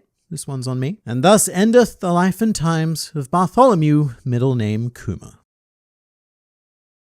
This broke me. So usually I try to start off these videos with a very high energy hype introduction because, mate, it's One Piece. Of course it's hype, but this just isn't the chapter for that. I think that Bartholomew Kuma will go down as the character who has suffered the most in all of One Piece, and it's not even close to over yet. He still hasn't even begun the whole cyborganizing process, which, while thematically appropriate for our Buccaneer martyr, has produced one of the darkest chapters in the series. And look, we've got to talk about Jewelry Bonnie as well because we know her age now, and it's not many. In fact, pre-time skip, you could count her age on 2 hands. And also, it may be time to start worrying about Eiichiro Oda. If you've read the chapter yourself, then you know what I'm talking about. And if you haven't read the chapter, then I'm going to tell you anyway, so no problem. Kuma's facial expression sets the tone of the entire chapter. It's a masterclass of subtlety because Kuma's face isn't radically different from usual, but it's just a few subtle choices of shading and pupils that completely shifts the atmosphere from gentle giant to war machine, to the point where Kuma even pushes himself too far. We hit a limit to his abilities and he's unable to teleport anymore. And remember, Kuma, he's a big burly buccaneer, so pushing him to any kind of limit is not a simple task. Getting to Ginny though, this is probably one of the darkest things that One Piece has ever outright done. There's a lot of implied darkness in the series, like Boa Hancock's backstory, as well as what Oda said about Viola's relationship with Doflamingo, but again, it's all implied. This is not an implication. This outright happened because we have a Bonnie. And I'm dancing around saying what actually happened because I'm fairly certain that using the actual word would get this video demonetized. And to add to the tragedy, we don't actually see Ginny in this chapter. Just a couple of close-ups of her body afflicted with the Sapphire Scale disease. It almost feels as if Kuma himself is manipulating us and pushing that memory out of the manga because it's too much to handle. But also, in one of the most despairful chapters of One Piece that's ever been created, there is this one tiny ray of optimism, which is that I will always remember Ginny as the way she was rather than what happened to her, which is something that Oda has deliberately hammered home because no images of Ginny were created after she was captured. But in this chapter, we have like 5 images of Ginny as we knew her, which is what Ginny wanted. She didn't want anyone, especially Kuma, to see her. So it's a nice little touch of Oda respecting the wishes of the characters, which, yeah, it sounds a little bit insane, but remember, this is the guy who quite literally has full conversations with his characters. So I know that it's something he considers at the very least. And putting this into perspective, Ginny is a character who was introduced 3 chapters ago. And in that time, we've gotten to experience a full spectrum of emotion with her, everything from laughing to crying. And despite being in what is mathematically 0.2% of the series, I don't think any of us are ever going to forget her name. I also kind of feel like instead of writing a review, what I've done here is written an obituary for Ginny, which got me thinking, is it at all reasonable to feel this way about a fictional character? I mean, maybe not. All I know is that, as sadistic as it is, I can only give Oda all of the credits in the world for still being able to create and implement these entirely new show-stealing characters a quarter of a century into telling his story. And then there's the added element that Ginny's final moments were spent in the church. It's really conflicting because, again, everything that happened to her is beyond horrific, but at least she got to die in her own home, you know? And as for Kuma, look, I have no words to express just how bad I feel for this man. Off-page, Bartholomew Kuma must have done something terrible to Eiichiro Oda, because this is an above-average serving of suffering that he's delivering Kuma chapter after chapter. Oh, I almost forgot. One of the hardest-hitting moments of the chapter is when Kuma doesn't even get to hear Ginny say that she loves him, because he teleports away too quickly. I mean, I guess at least Ginny thinks he heard, so that's something. It's not easy finding positives in a chapter like this. However, in typical Oda style, he then flips the emotional switch as we are introduced to a baby Bonnie. So we'll get to talking about her age in a bit, that's a whole thing of its own. But baby Bonnie is painfully adorable, especially when Kuma's feeding her with a massive bottle. It's like a Kuma-sized bottle. But he knows that Bonnie has Ginny's appetite, so it works. And then we have this nice montage, or I guess collage, showing the newfound duality of Kuma. It goes family image, war image, family image, war image, and so on and so forth. And Sabo even makes a cameo appearance in one of the war images, which shows a cool contrast as to how Kuma treats the children in his life within those different settings. And interestingly, I can't help but feel like we're already starting to see Kuma's personality split from his body, even before it literally happens, because the Revolutionary Army Kuma that we see strongly resembles the grizzled, calculated cyborg that we know. So I guess Kuma has achieved a perfect work-life separation. Not balance, never balance, but separation, yes. At home, he's the loving pastor, and at work, he's the merciless soldier, like a saint and sinner dynamic happening as well. But this is the first time in the life cycle of Bartholomew Kuma that this fracture is evident, and it's only going to get worse. More and more of that core humanity is going to be stripped and evaporate away over the next, I don't know, 2 chapters or so. So when and if Kuma does make it to Egghead Island, I wonder if that's going to be the first time that we will see modern-day Kuma express an emotion of any kind, because as this flashback goes on, Kuma's emotions are becoming a commodity that is only divvied out to Bonnie. So surely their reunion will come with something, even just a slight cyborgian smile. So in the past, there's been a lot of theories about Bonnie's name. It obviously contains neither Bartholomew nor Kuma, so just where did this jewelry come from? And that's actually the part of the chapter that kills me the most. Kuma's saying that she's adorned with such pretty jewelry. That and the origin of Kuma's classic quote, "If you were to go on a trip, where would you like to go?" ago, which I believe he first said to Perona in chapter 473, which makes sense. Kuma saw a young pink-haired princess, very Bonnie-esque really, and so he got Perona out of harm's way and sent her on a holiday. Really nice guy. But like everything else in this flashback, it's absolutely twisted. Kuma's devil fruit allows him to practically teleport anywhere on the planet. He is the most free person. And there are probably some places he could take Bonnie, like maybe Kuregana Island, although Mihawk wouldn't like it. But of course, what Bonnie wants to do is go to Sky Island and Fishman Island, all of the exotic, difficult locations. So something else we see pop up is a reference to Amber Lead syndrome, which is the disease that Law had. And it's interesting that the Doctor goes to that first, because the genocide of Flavance would have happened, what, like a decade before Bonnie's condition? And I guess that goes to show how rare it is. That the immediate first response was this already super rare and thought to be eradicated disease. But of course, Oda has created another fake disease, which in case you don't know, Oda has a policy of never using real diseases in One Piece, which is one of many reasons why Doc U's Devil Fruit was used for a more quirky condition rather than say giving Law cancer or something, and why Stella didn't want Bonnie to see Kuma's memories is getting more than understandable now. It's also very classic Kuma, and I want it known that I said classic with a K for alliteration. Kuma would never want to share this pain with Bonnie. Instead, he'd take it all on himself and make sure that she had the happiest, most ignorance is bliss life possible. And also, she's only 12, so probably not the best age to share the horrific story of her birth. And I guess we should recognize that Bonnie is half-world noble, which is something I don't think we've ever encountered before, at least not to our knowledge. It has been assumed because if someone like St. Charles can have at least 13 wives, then look, these things are gonna happen. And I did briefly ask myself who the father could be. I started going through world nobles in my head before I realized that, you know what, I don't want to know. And I think it's best that Eiichiro Oda never reveals that, because then there would be some pretty serious bloodlust in the fan base, which I don't think that Oda is quite capable of satisfying. As it is, I think the world nobles are going to be very difficult to deal with as a group. I don't know if the typical answer of jail for all of you bad people is quite going to cut it here. But alright, let's have this discussion. We officially have Jewelry Bonnie's age. And a lot of people are a bit confused by this because there's a lot of misinformation about Bonnie's age that was spread on the internet. But basically there's an SBS where Oda refused to say how old Bonnie is, but stated that she looks around 22, which would be 24 post time skip, which a lot of people misread or misheard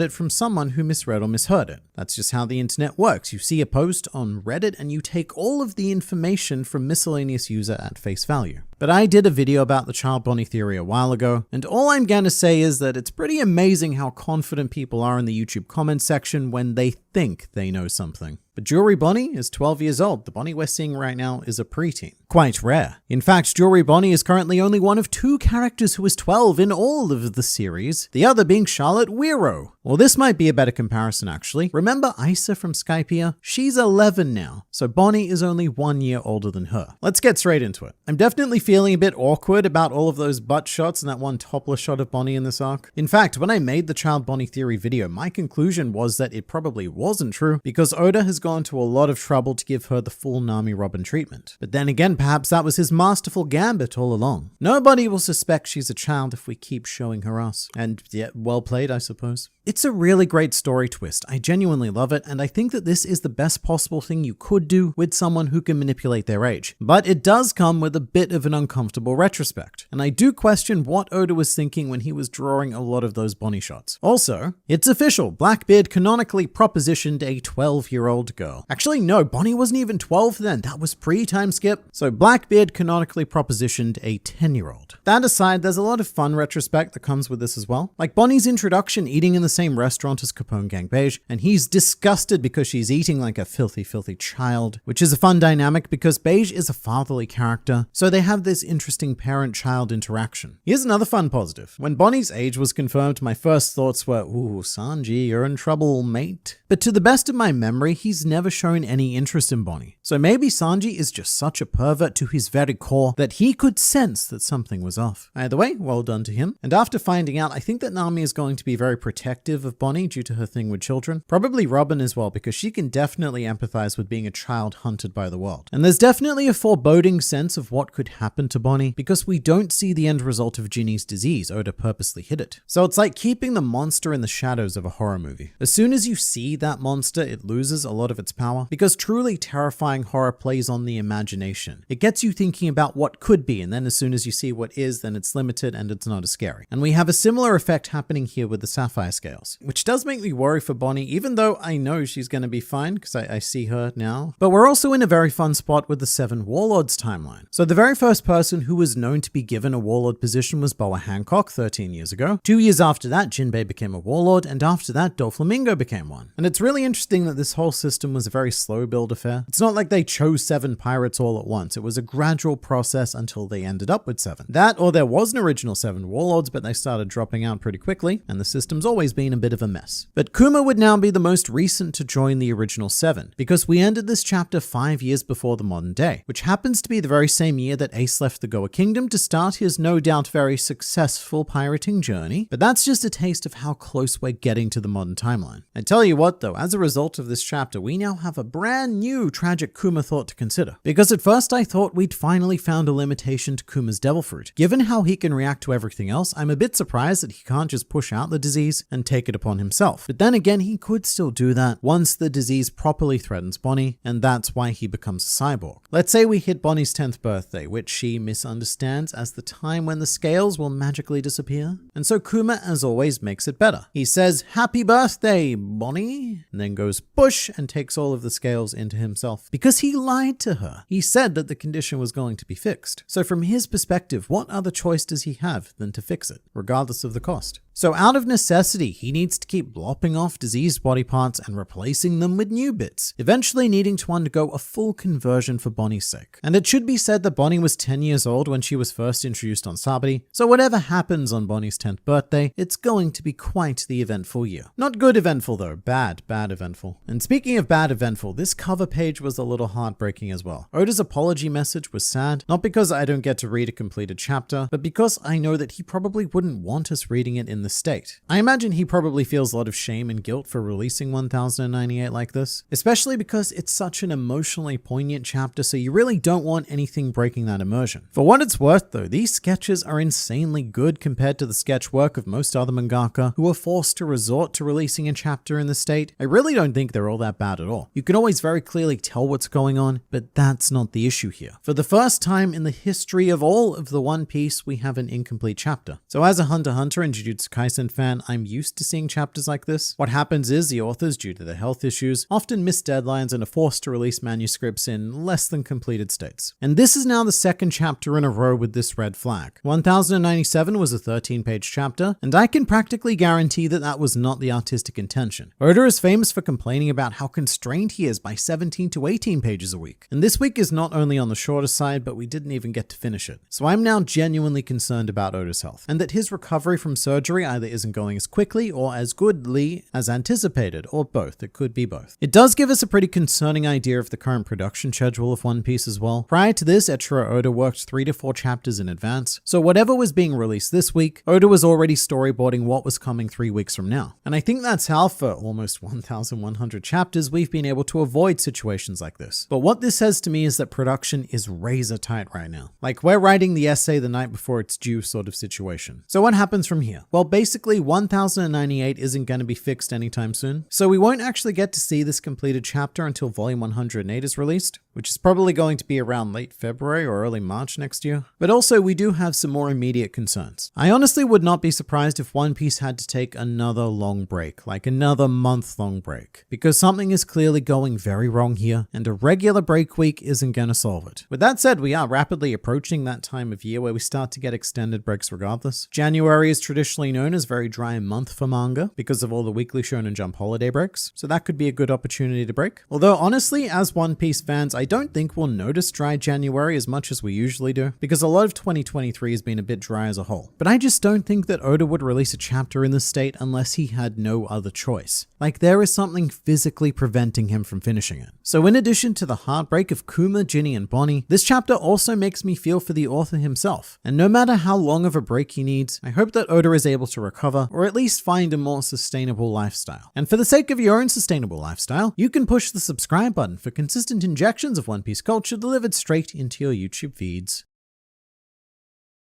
I think Kuma became a warlord because the world government / Vegapunk told Kuma they could cure Bonnie, but in exchange, Kuma would have to give up his freedom. This is definitely the path that I see them heading down. The doctor on the Sorbet Kingdom did say that by current understanding of medicine, they were unable to cure Bonnie. So if only we had access to some sort of man who was said to be 500 years ahead of the current technology. And from there, the deal is something like, look, we cure your daughter, but you become our weapon of mass destruction. All right, no, let's alter the deal. Weapons, plural, of mass destruction. And a lot of things are starting to make far too much sense. Like how Kuma has always been thought of as the most obedient warlord. Of course he is. His daughter's life is dependent on it. So with that in mind, I wonder what the world government have ordered him to do. Probably not great things. And that may be how he became known throughout the world as a tyrant. They could also offer Kuma full protection of the Sorbet Kingdom so that these Bakori incursions stop happening. Although I have a different idea regarding the tyrant title that I'll expand on in a bit. What I can say is that this is an interesting historical crossroads. In the last video, I spoke about how recently Kuma must have become a warlord, but I also forgot that Ace was offered a warlord position in his first year of piracy, which was 5 years ago now. So in the exact same year that this chapter left us in. So Ace rejecting that offer may have left a spot open for Kuma. That, or they may have become the 8 warlords, the Hachibukai. Kuma is a really great man. Instead of letting hatred and revenge consume him, he moved on with his life and raised a child that wasn't even his. I agree about the great man part, and I also agree that revenge hasn't consumed him, but at the same time, he's also definitely been indulging in it quite a bit. This chapter is very firmly divided into 2 parts, which shows very different Kumas. When Ginny was captured, he went on a rampage. There was no mercy to be had during his revolutionary operations, and when Ginny died, I can't help but feel like Kuma lost part of himself as well. And while he is still tethered to humanity through Bonnie, he does seem to have stepped up his violence in regards to revolutionary activities. I'm actually very curious to see how he handles Bakori in the next chapter, because Bakori isn't a threat to Kuma himself, but he is a threat to the people of the Sorbet Kingdom. And I wonder if this is the moment where Kuma fully embraces becoming a tyrant for the sake of the Sorbet Kingdom. Because the last time this happened was when Kuma first used Ursa Shock and actually hurt people for the first time. That triggered him because of his experience as a slave. Now just imagine how much greater that trigger is going to be after Ginny's experience as a slave. Well, after Ginny's second experience as a slave. She was a slave twice. Wow, it's just tragic. But this could be where he snaps. Bakori threatens the citizens and Kuma just wastes him, taking a much more brutal but straightforward approach to the problem and claiming the Sorbet Kingdom is his. And I'm in 2 minds about whether I'd like to see that or not. There's definitely something to be said for keeping Kuma pure, but also he's really running out of options here. He also has a daughter to protect, and pacifism has solved frustratingly few problems up to this point in his life. But at the same time, that's the thinking of someone who would have broken long before now. And even Kuma's absurd physical strength is nothing compared to his mental strength. But of course, Eiichiro Oda is determined to push him to the limits of both. The craziest part is where Bonnie read about Fishman Island and Sky Island in Kuma's Bible. So that's a really good catch, and I didn't notice that at first. There's a panel in this chapter where Bonnie is deciding where she wants to go on vacation, and she's actually reading Kuma's Bible. And it's hard to tell, but I think that Kuma is pretending that he doesn't know what's in there because he acts all surprised about the existence of Sky Islands. So either there was an atlas lying around the church that was disguised as a Bible for reasons, or this is an atlas that Kuma has constructed himself and dressed as a Bible, then left lying around for Bonnie to discover and read so that he can give her as much of the outside world as he can. It's hard to tell because I don't think we've seen the Bible before this panel, but it would make sense. Kuma needs an object that he can carry as both a soldier and a pastor. I also imagine that this is an item that Nami would love to get a look at, because Kuma might not have been drawing these locations, but he's definitely been creating his own map of the world right here. There's probably coordinates and everything. Bonnie diving into Zoro while he was saving the abducted woman hits much harder now, so that's a painfully good point. So everyone probably remembers when Bonnie stopped Zoro from confronting St. Charles. A bit mind-blowing in retrospect, because the Bonnie we're seeing is her real form. But also the context of this situation is infinitely more tragic now knowing Bonnie's backstory. This whole situation happened because Charles decided to abduct a woman and make her his 13th wife. He also added, "I'm tired of wives 1 through 5. Return them to the rabble," which is what happened to Ginny after she got diseased. She was returned to the rabble. But this woman's name is Marie, and her fiancé tried to stop Charles, but then he got shot, and Zoro stepped in due to all of the commotion. So here's the insane thing. By stopping Zoro, Bonnie is condemning Marie to the same fate that her mother faced. Granted, Bonnie probably doesn't know what happened to Ginny by this point, but it's a very Shakespearean tragedy outcome of history repeating itself, as Marie is now off to become another Ginny, which may result in another Bonnie. So here's what I reckon happened. Famously, Oda improvised all of the supernovas at the very last second because he thought that the Sabati arc wasn't interesting enough. These characters were all crapped out in a couple of hours. So when planning Bonnie's backstory, I would bet large quantities of currency that he reread everything he'd done with her and decided to bookend Bonnie's existence by essentially turning her mother into Marie. I refuse to believe that these two story ideas happened independently. And we know it wasn't planned from the beginning. So I think that Oda reread this and said to himself, you know what? Yeah, I'm gonna do the most twisted thing possible here. Good storytelling, me. I'm just gonna throw this out there. I think Saint Saturn is the father. So what I want to say to this is no chance. But to be fair, I'm also the person who seriously doubted that Oda would choose the Bonnie as a world noble option. Even then, I just can't see Oda outright labeling any characters as, an R word. And it would put Oda in such a rough position story-wise because the readers would then demand the most excruciating punishment possible for Saturn. And that's the thing about One Piece. Horrible things happen, your genocides and your such. But it's not the good guys that do them, it's the bad people. And as bad as these villains are, Oda usually goes out of his way to have the protagonists not dirty themselves. So I don't think there would be any retribution that our main characters are capable of that would satisfy the crime committed. So it's probably best to have the culprit unnamed. However, look, just going with this for a second, Saturn being the father would be horrendously narratively appropriate, especially if Kuma arrives and now Bonnie is in the middle of a conflict between her father and her dad. And that would play into the very common theme of One Piece, which is biological versus found family. Could even be a Star Wars moment. Kuma probably doesn't know who the father is, so seeing his memories wouldn't have informed Bonnie. And then Saturn says, no, I am your father. Ha ha ha ha. It's also being noted that the official gemstone of Saturn is the blue sapphire. I don't know how we acquired that knowledge, or more accurately, who arbitrarily decided that, but apparently it's a thing. And so maybe Ginny contracts the sapphire disease from the Sapphire Planet Man guy. And there's even a brand new dark idea out there that Ginny was purposely infected because this certain world noble collects the bodies of ex-wives who are thoroughly enjeweled. Pretty horrific, but also it's hard to get much worse at this stage. If the Saturn thing was correct though, I guess that could be why Sakazuki was all worried and such, because this is the child of an elder star we're talking about. And maybe Saturn wasn't sent to Egghead because he's the science god. Maybe he was sent there because his child was there and is causing a lot of problems, and Saturn now has to do whatever the world noble equivalent of parenting is. I mean, I'm not ruling it out. I'm not ruling anything out anymore, because every week during this flashback, One Piece takes one step closer to becoming berserk. Bonnie can even be the biological daughter of a holy knight. Yeah, sure, I guess so. I mean, we do have this image of her as a man that Oda drew that one time, and she does look jarringly like Shanks. So who knows, maybe this is Figaland Bonnie and Shanks is her significantly older brother. A lot of people have been pointing their assorted fingers at St. Charles as well. And here is a very, very rare moment that I'm going to defend St. Charles. Of all of the father candidates, he can't be one of them. I know he looks like an obese middle-aged man, but St. Charles is only 24 years old. So he would have been like 10 at the time that Ginny was abducted. So again, this is a fairly unprecedented circumstance, but on this occasion, St. Charles is cleared of the accusations. I'm really hoping that if the Straw Hats see Bonnie's true form with the disease, that Chopper does his thing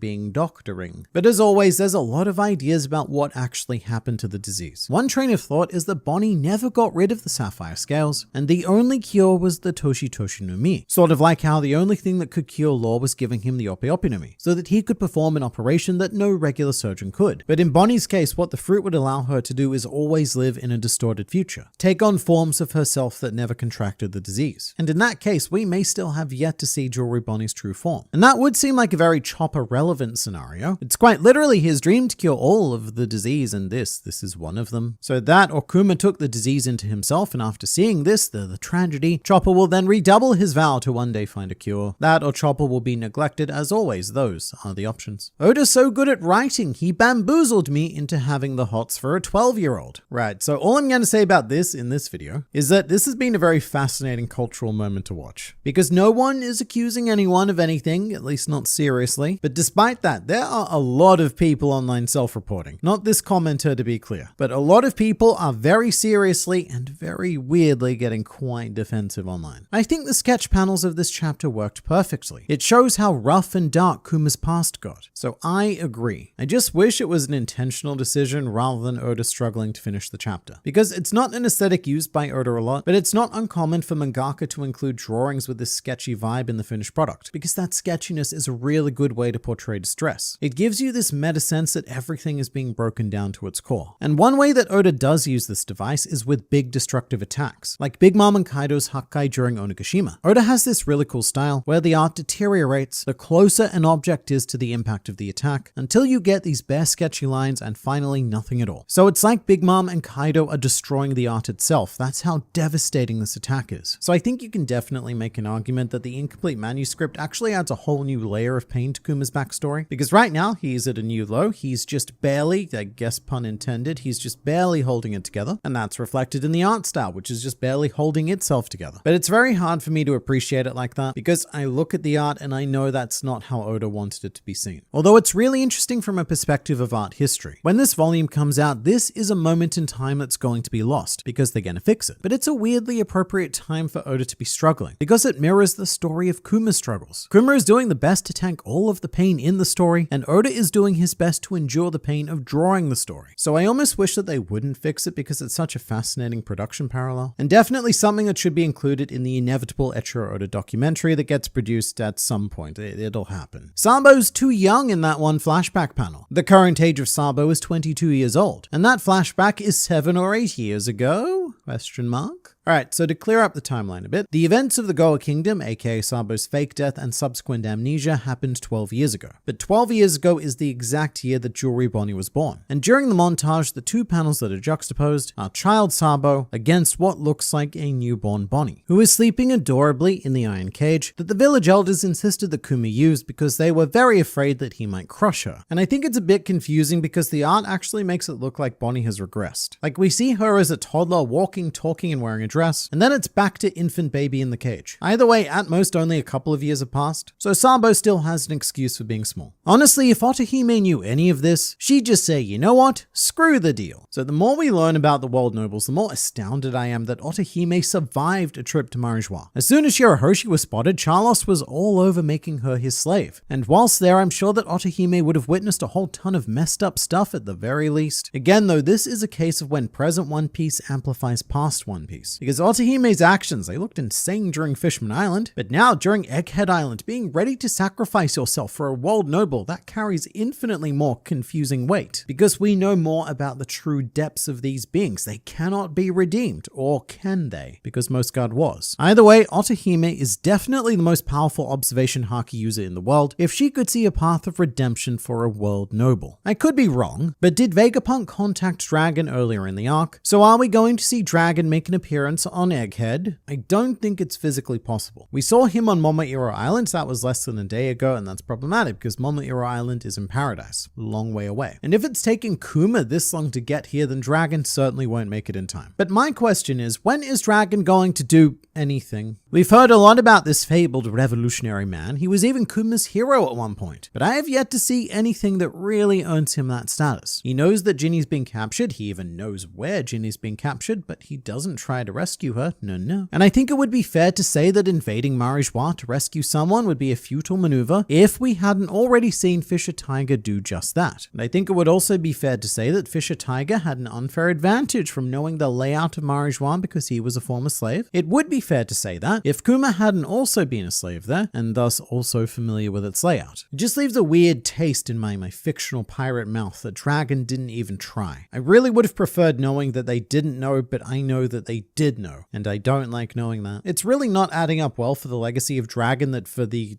what time in a row he did nothing again? Like how during the Reverie, you've got Sabo and the commanders invading Marijois to take Kuma back, whilst Dragon does nothing. Then on Egghead, you've got Kuma fighting for his life alone on the Red Line against a fleet admiral of the Marines. Meanwhile, what's Dragon doing? Well, he's pouring himself a rather indulgent glass of wine in his cozy hideout. One day, I'm sure we'll be shown why Dragon is the most wanted man in the world, but it is not this day. And if you want to know when that day is, then make sure to hit the subscribe button for consistent injections of One Piece culture administered directly into your YouTube feed. Bartholomew Kuma has finally been pushed past his limits. King Bakori has been, how shall we say, inspired by the events of the Goa Kingdom and has decided to do his own Grey Terminal. And this section has my two favorite panels of this flashback so far. One is that phenomenal close-up of Kuma. All through this flashback, I've been praising Oda for giving this previously completely blank slate character design such a wide range of emotions, and this is a crowning moment because the rage in this panel is palpable. You, or at the very least, I can feel it. Because at this point, we've gone through, the past 4 or 5 chapters with nothing but suffering. So a month and a half of watching this gentle, kind, and frankly too good to exist man going on a horrific tragedy pub crawl. I think he's more than earned his rage as well as what happens next. The panel where Kuma obliterates the Sorbet Kingdom castle in the one-man revolution is one of my absolute favorite in the last month or so. Because finally, this is the moment where we get some sort of release. We finally found the point where we've broken the kindest person to have ever lived. And watching him go scorched earth on King Bakori was magnificent. Better than sex, especially for Kuma, who may or may not know that it even exists. But then Bakori, mate Bakori, he has the audacity to come back again later with the Marines. And then Kuma solos that entire force as well. But this Bakori problem is unbelievably persistent. His fate is left quite vague in this chapter. You just see the ships on fire and the everything. But I don't know if this is the end of Bakori, because I thought we were done with him after the first Sorbet Revolution, but now he's come back 2 more times. He's like a cockroach or a particularly incurable STI. But you know, as much as every detail of this man guy should be despised, the one thing I will give him credit for is persistence. At this point, many former dickwad kings would have given up, adopted a life of eating garbage, defecating toys, creating revolutionary new metal compounds, and becoming multi-billionaires. But that's not the life that King Bakori wants. He's a man of modest desire. He really wants to localize his cockishness, you know? And he also appears to be the person who gave Kuma his tyrant epithet. Which means that when Jinbei was picturing Kuma that one time when the stuff happened, what he was picturing was Bakori's characterization of Kuma. And also, being real, probably alongside some embellishments from Big News Morgans, because the whole Evil King story was published in his newspapers. It says a lot though.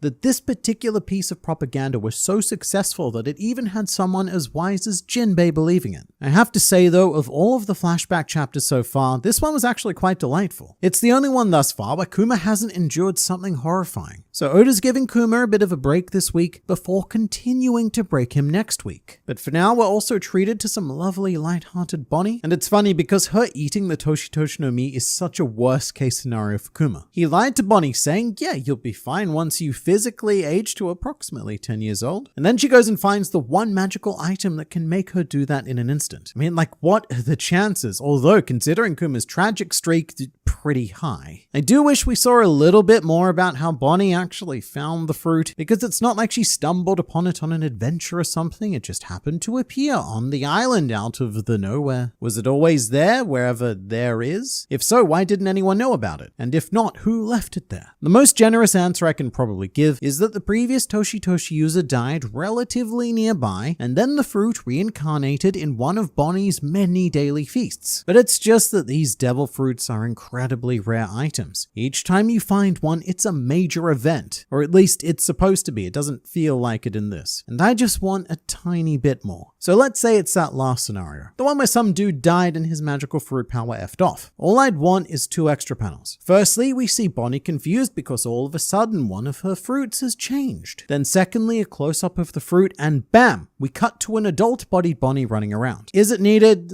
Yeah, I guess not. But it's moments like this that remind me that Oda is on a mission to condense and end One Piece as quickly as he can in a satisfactory way. Everything's worth it for the Connie joke though. I love the running Connie joke. And I'd be really interested to know how much of the Connie stuff was planned out when we saw Bonnie take this form at the Reverie. Because it is, a little bit awfully convenient that she just so happens to look like the Dowager Queen despite not being related to her in any way. Fictional pirate logic aside, again, it doesn't matter because this gag is 100% worth it. Every time somebody accidentally picked up Connie, I burst out laughing. There's just something that gets me about picking up a surprisingly cooperative old woman and treating her like a child. I mean, just look at this face. She's so unimpressed, but simply too old and too tired to do anything about it. And there's also a very cool panel of Bonnie and Connie together, which is such a nice contrast of energy. You have these 2 old woman bodies, but one of them is still so youthful and full of life. So it's some point, Bonnie is going to take Connie's clothing, because when we meet her on Sabadi, that's the hat she was wearing. So I imagine that the world government will probably try and capture her as some sort of Saturn-based plan to get to Kuma. Because at the end of the chapter, Mr. Saturn is shown listening in on Kuma and Vegapunk's conversation, so he knows all about Bonnie, the sapphire scales, Kuma's buccaneer blood, and even the connection to Dragon. So she might escape by pretending to be Connie, which is currently the only form she can assume of her own free will. And then with what's his name? I think it's Gyo-Gyo? Gyo-Gyo and the other future Bonnie pirates will escort her to freedom. But Bonnie, who now has her heart set on being a pirate like her dad, is gonna bully them all into starting a pirate crew, which I kind of love because it means that the whole existence of the Bonnie pirates was a horde of grown men essentially humoring a child with grave consequences. And then we come to the section that kind of blew my mind a lot, where Kuma is searching genuinely the whole world for a cure for Bonnie. This sequence gave me layers of nostalgia. One, because Kuma obviously visits a whole ton of places that he would then send the Straw Hats later. Secondly, because the whole desperate search for a cure really takes me back to Law and Rocinante. And thirdly, because the sequence itself is structured very similarly to Roger's journey in chapter 967, where we get to see his crew hitting up all of the hotspots. Especially the image of Tequila Wolf, because we see this bridge from the exact same angle looking up, and it's such a great commentary on time. This bridge has been under construction for 700 years, and between Roger and Kuma visiting the bridge is about 2 decades, and it still looks like no progress has been made. Although to be fair, they're definitely visiting different points of the bridge. Some progress has been made, it just doesn't look like it. And I imagine that Kuma probably freed a lot of slaves on Tequila Wolf, and in fact, this is probably a great farming spot for the Revolutionary Army in general. Like, I imagine one of their daily quests is probably to free the infinite amount of slaves that keep appearing on Tequila Wolf, because every day for the last 700 years, a new group of slaves needs to spawn there to keep building it. Although Kuma's first stop was the Torino Kingdom, where he sent Chopper, which is a very reasonable place to search because it has that hidden library packed with highly advanced medical knowledge that no one knows about because everyone assumes that the natives are of primitive intelligence. But Kuma knows better, and it was definitely the correct place to begin. Also, as a side note, because I don't know if I'll ever have another opportunity to point this out, when Chopper returned to the Torino Kingdom, he did so under the alias of Chopper Mask, because he was embarrassed that he came right back. But then post-time skip, we check in on the Torino Kingdom, and several of the tribe children are all dressed like Chopper Mask. So Chopper has his own Sogga King-like persona that's become quite revered, at least in the Torino Kingdom. This is what I love about One Piece. Stupid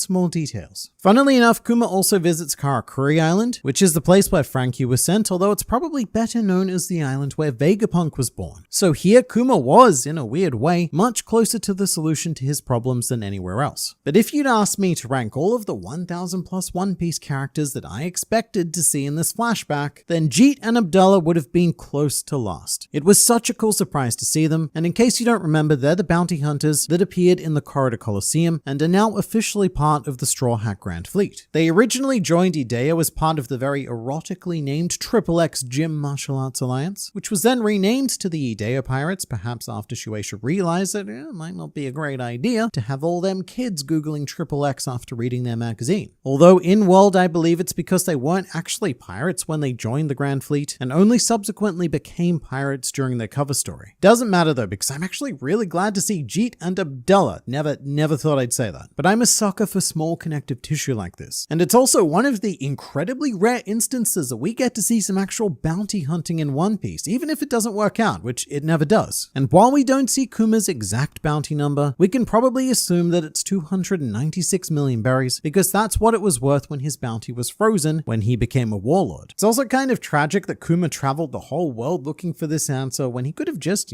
asked Dragon from the get-go, because Dragon would have said, yeah, look, I know a guy. Of course, it's more complicated than that, because reaching Vegapunk on Punk Hazard would have been an entirely different matter. But at least Kuma would have had somewhere to, focus his efforts. But then again, if he didn't do the whole travel thing, then he might not have found all of those fun places to send the Straw Hats. All I know is that as a result of this chapter, Caesar Clown is now a load-bearing character. If he didn't throw his tantrum and blow up the Punk Hazard lab, then Stella wouldn't have needed to move his operation to Egghead Island, and Kuma never would have had the opportunity to meet him. Which means that if you remove Caesar Clown from One Piece, then the entire series collapses. No cure for Bonnie, which means no life for Bonnie. Bonnie dead, which means no saving Zoro on Sabari. Zoro slices Charlos, Kizaru gets called early, and One Piece, it's over. You know, in general, telling this Kuma story is not an easy task. Oda is masterfully weaving Kuma's story through the entire recent history of the world, and it's very impressive that he's able to do that without making any contradictions to the very incredibly tangled web he's created. He must have his own personal timeline of events that he refers to for stuff like this. With the rest of the Revolutionary Army, however, at this point, what we've done is we've swapped Ivankov for a Morley, who, in case you don't remember, Morley is 160 years old and was the person who created level 5.5 of Impel Down. Morley was a very old prisoner and, in fact, technically the first person to ever escape from Impel Down, but it was such a clean escape that no one even noticed it to record it. We also see a young Bello Betty, a pre-open shirt Bello Betty, who gets her position in this chapter, and I get that it's a nice gesture to retire the East Army commander role in remembrance of Ginny, sort of like how sports teams retire certain jersey numbers when their remarkable sports players retire. But at the same time, this is global revolution and this is not a game, and we probably shouldn't leave an entire section of our army without a leader for purely sentimental reasons. And you know, it's also a weird assortment of Revolutionary Army characters that we've gathered here. Bello Betty is part of the East Army, whereas Morley is the West Army commander, and then we have our egg boy Gambo, who is deputy commander of the South Army, which means that I have no idea where in the world this meeting is taking place, because there's such a random assortment of directional allegiances. But Kuma does eventually meet with Vegapunk, and this moment is something that I've been anticipating with a bit of trepidation. Actually, is it trepidation? Trepidation is the fear that something may happen. But I've seen the fictional pirate future, and I know that something will happen. And I know that as much as this is the cure for Bonnie, this is also where we're going to begin to deconstruct Kuma. This wonderful, wonderful man that we've seen evolve is now going to slowly be stripped of everything until there's nothing but a shell left. But on the bright side, Bonnie speaking with Sentomaru is adorable. I always love it when people who don't know how to handle children are forced to interact with them, although I think there's a bit of an art error in the chapter. In the panel where Sentomaru holds up his axe with Bonnie on it, she doesn't appear to have the sapphire scale drawn in. We're gonna give Oda a pass on that one though, because he did manage to complete a full 17-page chapter this week, so I hope that he's feeling a lot better after what happened a couple of weeks ago. Kuma carrying Bonnie in the wooden crate thing is adorable. It's very Demon Slayer, like carrying around a very, very small Nezuko without it being carried around by a very colossal Tanjiro. But what we have here is Big Head Vegapunk, meaning that this is before he decided to lop it off and create punk records. And there's a great moment here where both Stella and Kuma are shocked at each other's appearances. Although actually at this stage, I don't even know if I should be calling him Stella. As he appears, I think this is just the OG Vegapunk. There's no sign of any of the satellites, and Vegapunk seems to be a much more well-rounded person, displaying the individual aspects of the future satellites. Part of which is that rather sly moment where he makes a deal with Kuma, because he assumes that Kuma has no cash monies. Good assumption, but this is a very sneaky Lilith-style arrangement, because I feel like the Stella we know right now on Egghead Island would cure Bonnie for free. But this is the OG Vegapunk, and he's using the situation to his advantage. However, to be fair, his ultimate goal is to create a legion of heroes to protect people. Although it's a good thing that Kuma said that he was willing to make a deal with the devil to save Bonnie, because eventually those heroes are going to be turned into, well, not that. But I do feel like that's the future of One Piece. At some point, the Pacifista will flip due to something built in by Vegapunk and or Kuma, and they actually will become the defenders of peace that both of them originally wanted them to be. Now, of course, Saint Saturn, he's being a bit of a creep and he's listening into the conversation, and there's a lot of big info dropped from his perspective. But one very important thing to note is how freely both Vegapunk and Kuma spoke about Dragon. So the world government has known about Vegapunk's connection to the Revolutionary Army for quite some time. I do like that we're really focusing in on Saturn lately though. For most of the series, the 5 Elder Stars have always seemed like one character to me, because we always saw them together and they had this sinister yet cute habit of always finishing each other's sentences, like some sort of hive mind. So I really like seeing Saturn break out of that, and as subtle as it is, seeing a bit more of his individual personality. I mean, his dialogue is stuff like, I have my own ideas. And it's just so weird to hear an Elder Star speaking in the first person, because they're usually saying these more voyeuristic sentences of just commentating on what other people are doing. So even though it's evil as crap, I'm really keen to see more of Saturn, which is something that I hope we eventually get for the rest of the Elders as well. well, although I don't know how likely it'll be to have the other 4 getting such well-crafted, integrated, and arc-poignant stories. Good news though, no break next week, and it's going to be a very landmark event as well. Chapter 1100, which will mark exactly 1,000 chapters since Dragon first appeared, and also 1,000 chapters since he last did anything of use, which was saving Luffy. Although I guess he did refer Kuma to Vegapunk in this chapter, but only after hiding their connection for like a decade. Dragon also had a very curious line in this chapter. He bid Kuma farewell and he said, "Go where the winds of fate take you, my friend." And as lovely as that is, I honestly can't imagine that the winds of fate have a lot of good parts remaining for our Bartholomew Kuma. If the fruits are technically manifestations of will, is it possible that Bonnie is not just the first user, but also the progenitor of the fruit due to her will to change her age? Yes and no. Mostly no. But also some yes. I really love the idea that Bonnie's desire to grow older was so immensely powerful that she willed a magical fruit into existence. But that idea kind of gets killed pretty immediately on the next page when one of the country's many elderly decrepit citizens pulls out a devil fruit encyclopedia and diagnoses the ability with no problems at all, as Bonnie repeatedly screams, "Granny time! Granny time!" However, as always, there are howevers, and I've got 2 explanations for you. One is a perfectly reasonable conclusion based on all of the available fictional evidence, and the other is pure conspiracy theory, but it's fun. At this point in One Piece, I definitely don't believe that Bonnie eating this fruit was an accident, or even a serendipitous act of fate, but I also don't believe that this was someone's plan or intention. What I think is that Bonnie's powerful desire to become older did play a part in what happened here, because as of chapter 1044, we now live in a reality where devil fruits have wills of their own. In many cases, it seems like the devil fruit can choose its user. So the magical fruit, it's doing whatever it does, and it senses Bonnie's desire somewhere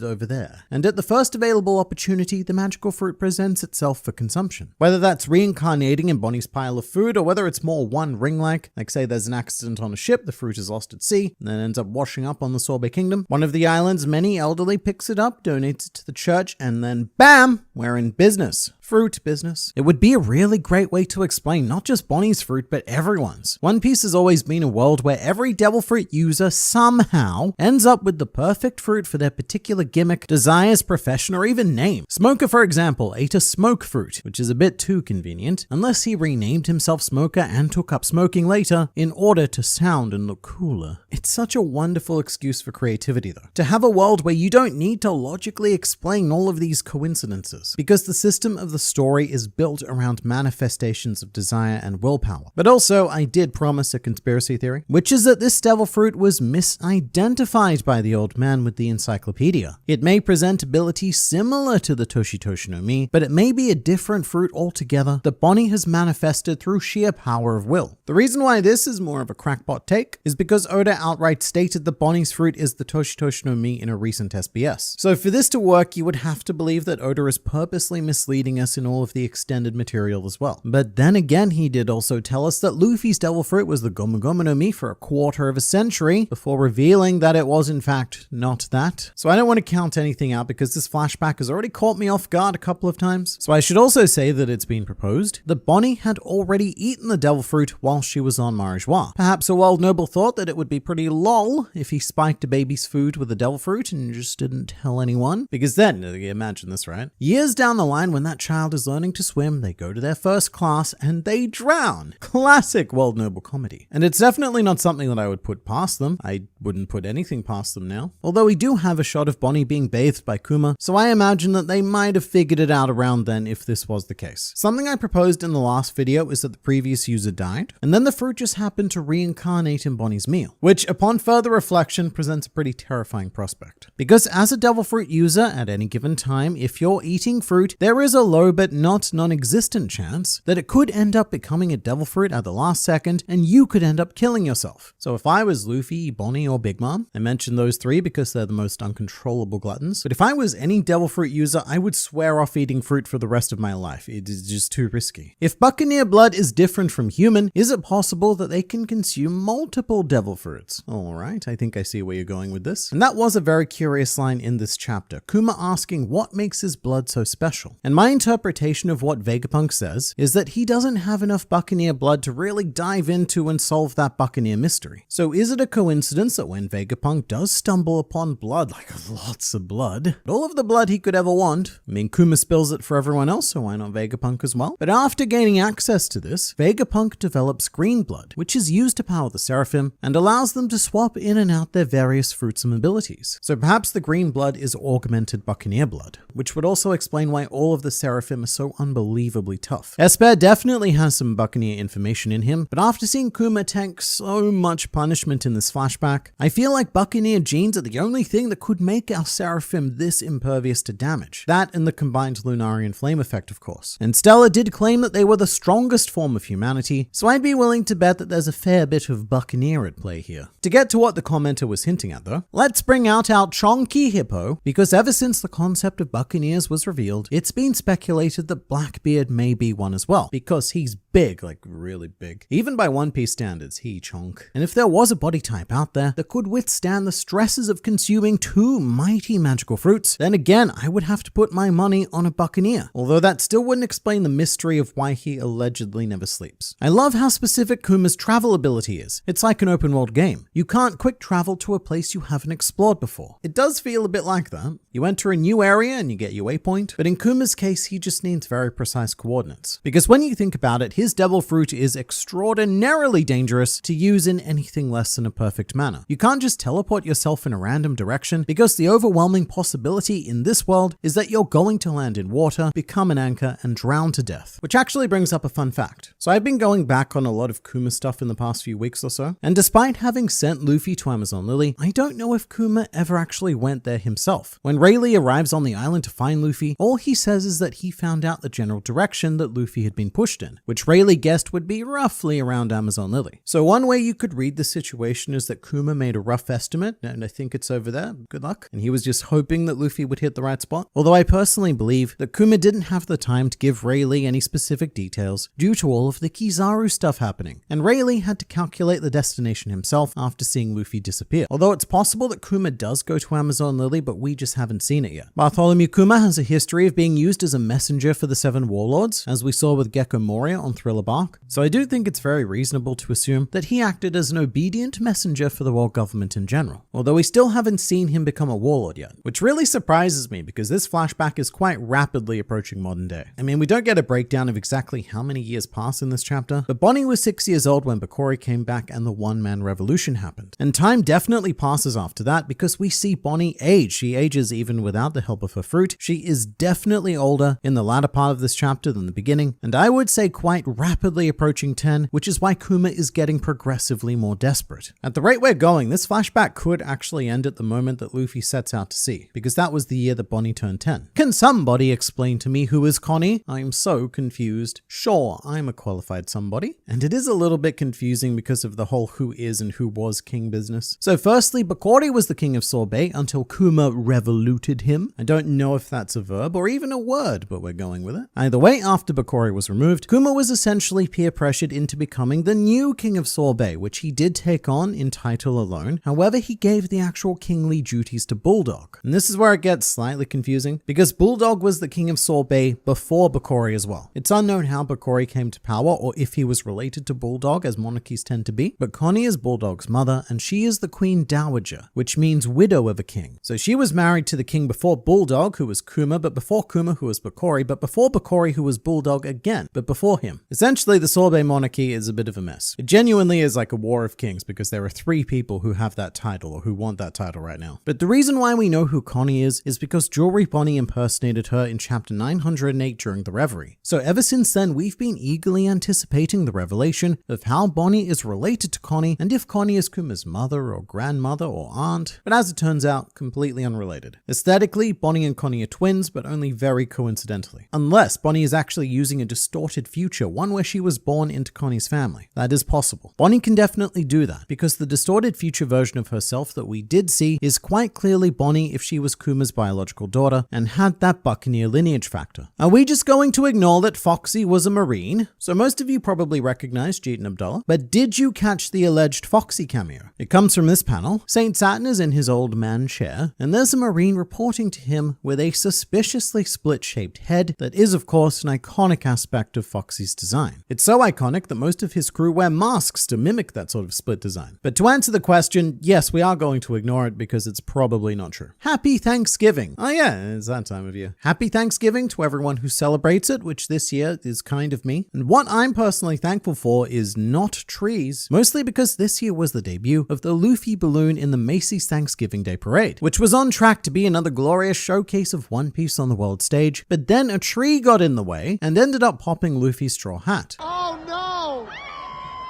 Oh no! So what we ended up with was Bucket Hat Luffy casually making his way through Manhattan, as well as one of my personal favorite pieces of fan art ever, which is the tree giving Luffy his floppy hat. I tell you what, this is why Shanks had to be at Wano. Because according to balloon power scaling, Green Bull all but solos Luffy. One thing I don't understand is how was Saturn listening and hearing about Kuma and Dragon, and he let Vegapunk get away with it for so long? Well, we have yet to see if anyone gets away with anything here. In fact, going by the current evidence, it looks an awful lot like Saturn definitely took the dub. To add to my Saturn praise from the last video, what I really like about this situation is seeing a battle of intelligence. I'm a big fan of the idea that stories are only as strong as their villains, and also that having a well-crafted villain is even more important than having a solid hero. So when you introduce a new hero who is known as the smartest man in the world, you've got to match that brain power with a force capable of foiling it, which is the role that I think Saint Saturn is currently occupying. I also think that we are long overdue to see why the Five Elders are essentially the ultimate antagonists of the world. Not just in terms of physical power, but more importantly, how they're able to carefully analyze and manipulate global events to their advantage. I mean, they seem to spend all day every day in that one-room think tank, so surely some good ideas come out of it every now and then. Imagine Kuma's memory bubble returning not to him, but to his clones, making the pacifista actually protecting the weak. I kind of love this idea. Instead of giving them some sort of inbuilt traitor mechanism, they all regain the memories of their original self. Kuma himself did say that these bubbles eventually have to go back to where they came from. And look, how's the bubble gonna know which Kuma clone is the real one? And would the bubble even care? It's a bubble. But it would give Kuma's inevitable sacrifice that much more meaning. Because right now, my assumption is that the memories would go back into his body, the original body. But if Kuma dies before that happens, then the memories, they may need to find another vessel, which would then overtake the programming of the pacifista, much like how we've seen with the Seraphim personalities, and we would end up with an army of Bartholomew Kumai, not pacifistas, Bartholomew Kumas. The mysterious person that arrives at Egghead turns out to be King Bakori once again. Yeah, you know, why not? That presence that Luffy felt at the end of chapter 1090 where he said, "Someone's here, someone strong." Turns out it's not Kizaru, it's not Saturn, it's Bakori again, because he just will not go away. Kuma and Bakori have probably spent more time on screen together than Kuma and Ivankov. Am I the bad guy for wanting to see people eat devil fruits and fight to the death at God Valley?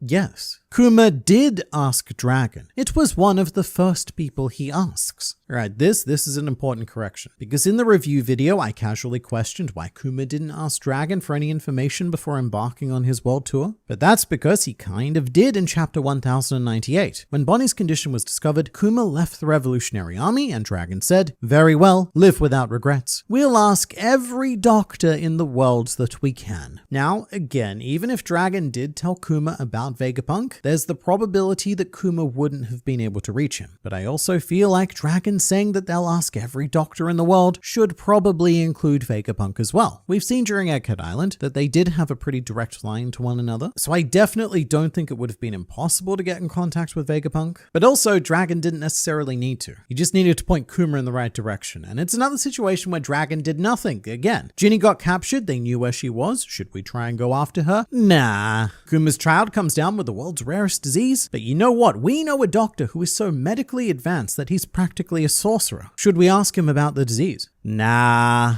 Should we at least tell the girl's father about this doctor? Nah. This flashback is definitely not doing any favors for Dragon. And I get the reason why none of this happens is because, they don't have the forces to launch an assault on Marijois. And perhaps on Punk Hazard, Vegapunk was completely uncontactable. The actual issue here isn't Dragon, it's Kuma. His Devil Fruit ability is so broken that none of that should matter. There is no place on this planet that can stop him teleporting in and out. So I do find it pretty crazy that he never even tried to go to Marijois. And I find it equally as crazy that Dragon didn't at least tell him about Vegapunk. And with Dragon in particular, it'd just be nice to see him make an effort for a change, because this flashback is making me lose all faith in him being the man to lead a global revolution. Is this the first time Dragon's ship has been confirmed to be all black? No, but this has always been a bit of a debated point. The first time I recall seeing the ship during the day was chapter 593, when the Wind Grandma, that's its name, was docked at Baltigo. The time of day is important because we did see it at night prior to that. But the anime took this as a bit of a stylistic choice and gave the ship a more regular color scheme. And as for the adaptation of the anime day scene, if I recall correctly, they decided not to include the ship at all. Anyway, the only reason why anyone cares about it being a black ship is because of Lafitte. In chapter 1081, he drops a clue about the man with the burn scar, also known as the man marked by flames, stating that he sails on a pitch black ship that swallows enemies in a gigantic vortex should they wander too close. So maybe it's a red herring, but this is such a specific detail. Dragon has a pitch black ship. We see a lot of it in this chapter. And he almost certainly has a weather-related devil fruit that is capable of conjuring vortexes. And at this stage, it would be a pretty huge shock if he was not the man with the burn scar, and therefore the man that everyone's looking for to get that final road poneglyph. The only thing that really goes against this is that surely he would have told Robin if he had important poneglyph information, because she didn't even know that road poneglyphs existed before Zoe. But then again, withholding information and actions is also very consistent with the dragon we know. And hey, maybe that's why he never really does anything. He's too injured from all of his burn scars. That, or there's someone else on board who Dragon is protecting. But either way, all signs are pointing in this general direction right now. So you let me know in the comments. Do you think that Dragon is the man marked by flames? Bartholomew Kuma has made a deal with the devil, but very counterproductively to said devil's desires, this has actually put Kuma on the path to God. One Piece is unpredictable by nature, but even then, I don't think any of us expected him to show up on Luffy's doorstep. It's quite ominous, and who knows what the world government is going to order him to do from here. But what I do know is that the opening scene of this chapter is really strong. I love Vegapunk's discussion with Kizaru, because it's a bit of an elephant in the room moment. It takes us a whole page to acknowledge that Kuma is in the room with them, and he's this massive presence, which I think is a really fun way to structure a scene. And Kuma looks like he's been called into the principal's office. This is the look of a resigned man who knows that some sort of punishment is coming. I'm also a huge fan of Kizaru's, what I believe all the kids are calling drip. It takes a very special individual to be able to clash pinstripes against checkers, but Kizaru more than pulls it off, and comes complete with a fedora so that he can milady anyone he comes across. I actually wonder what happened to the fedora, because we saw him wear it in Fisher Tiger's flashback as well. So it was a trademark Kizaru feature for like a decade. Why'd he get rid of it? And just as Kuma called it himself in the last chapter, we see a very tense scene of him making a deal with what I guess is quite a literal devil. And I'm loving that Saturn has the authority to negotiate this all on his own without consulting his fellow geriatrics. He is the warrior god of science and defense, so I suppose he has complete discretion over the warlord system because they would fall under defense. But this is yet another chapter that broke me. Not by surprise either. I saw this happening in real time. When Saturn demands that Kuma gives up his humanity and thus his life, there's this panel of Kuma looking like he's in despair with his hand over his face, but I knew that he was going to look up and it would probably be the happiest we've ever seen him. I've been reading One Piece far too long for that sort of trickery to work on me, but it still hit pretty damn hard. And it's another one of those actions which reminds me of Luffy, because our captain did a very similar thing on Amazon Lily. Boa Hancock offered Luffy either a ship to get off the island, which he really needed because there was no other way off, or she offered to restore Marguerite and the others. And even though this very well could have been the end of Luffy's pirating career, he gleefully accepted the offer to turn Marguerite and the others back. Again, I want to reinforce the severity of that situation. Had things not gone in a very unpredictable, love-sicknessy sort of way, Luffy was asked to choose between his dream and these 3 random people that he'd just met. And Luffy was genuinely happy to make that sacrifice because it meant that they got to live. And with Kuma, we're following a very similar trade offer. We cure Bonnie, but we kill you and turn you into our weapon. And just like Luffy, Kuma accepted it without a second thought. And I might come to regret these words later, but when it comes to everything regarding Bonnie, I think that Saint Saturn is being quite reasonable. Or at least at the moment, he doesn't show any intention on going back on his word. Although whenever a deal like this is made in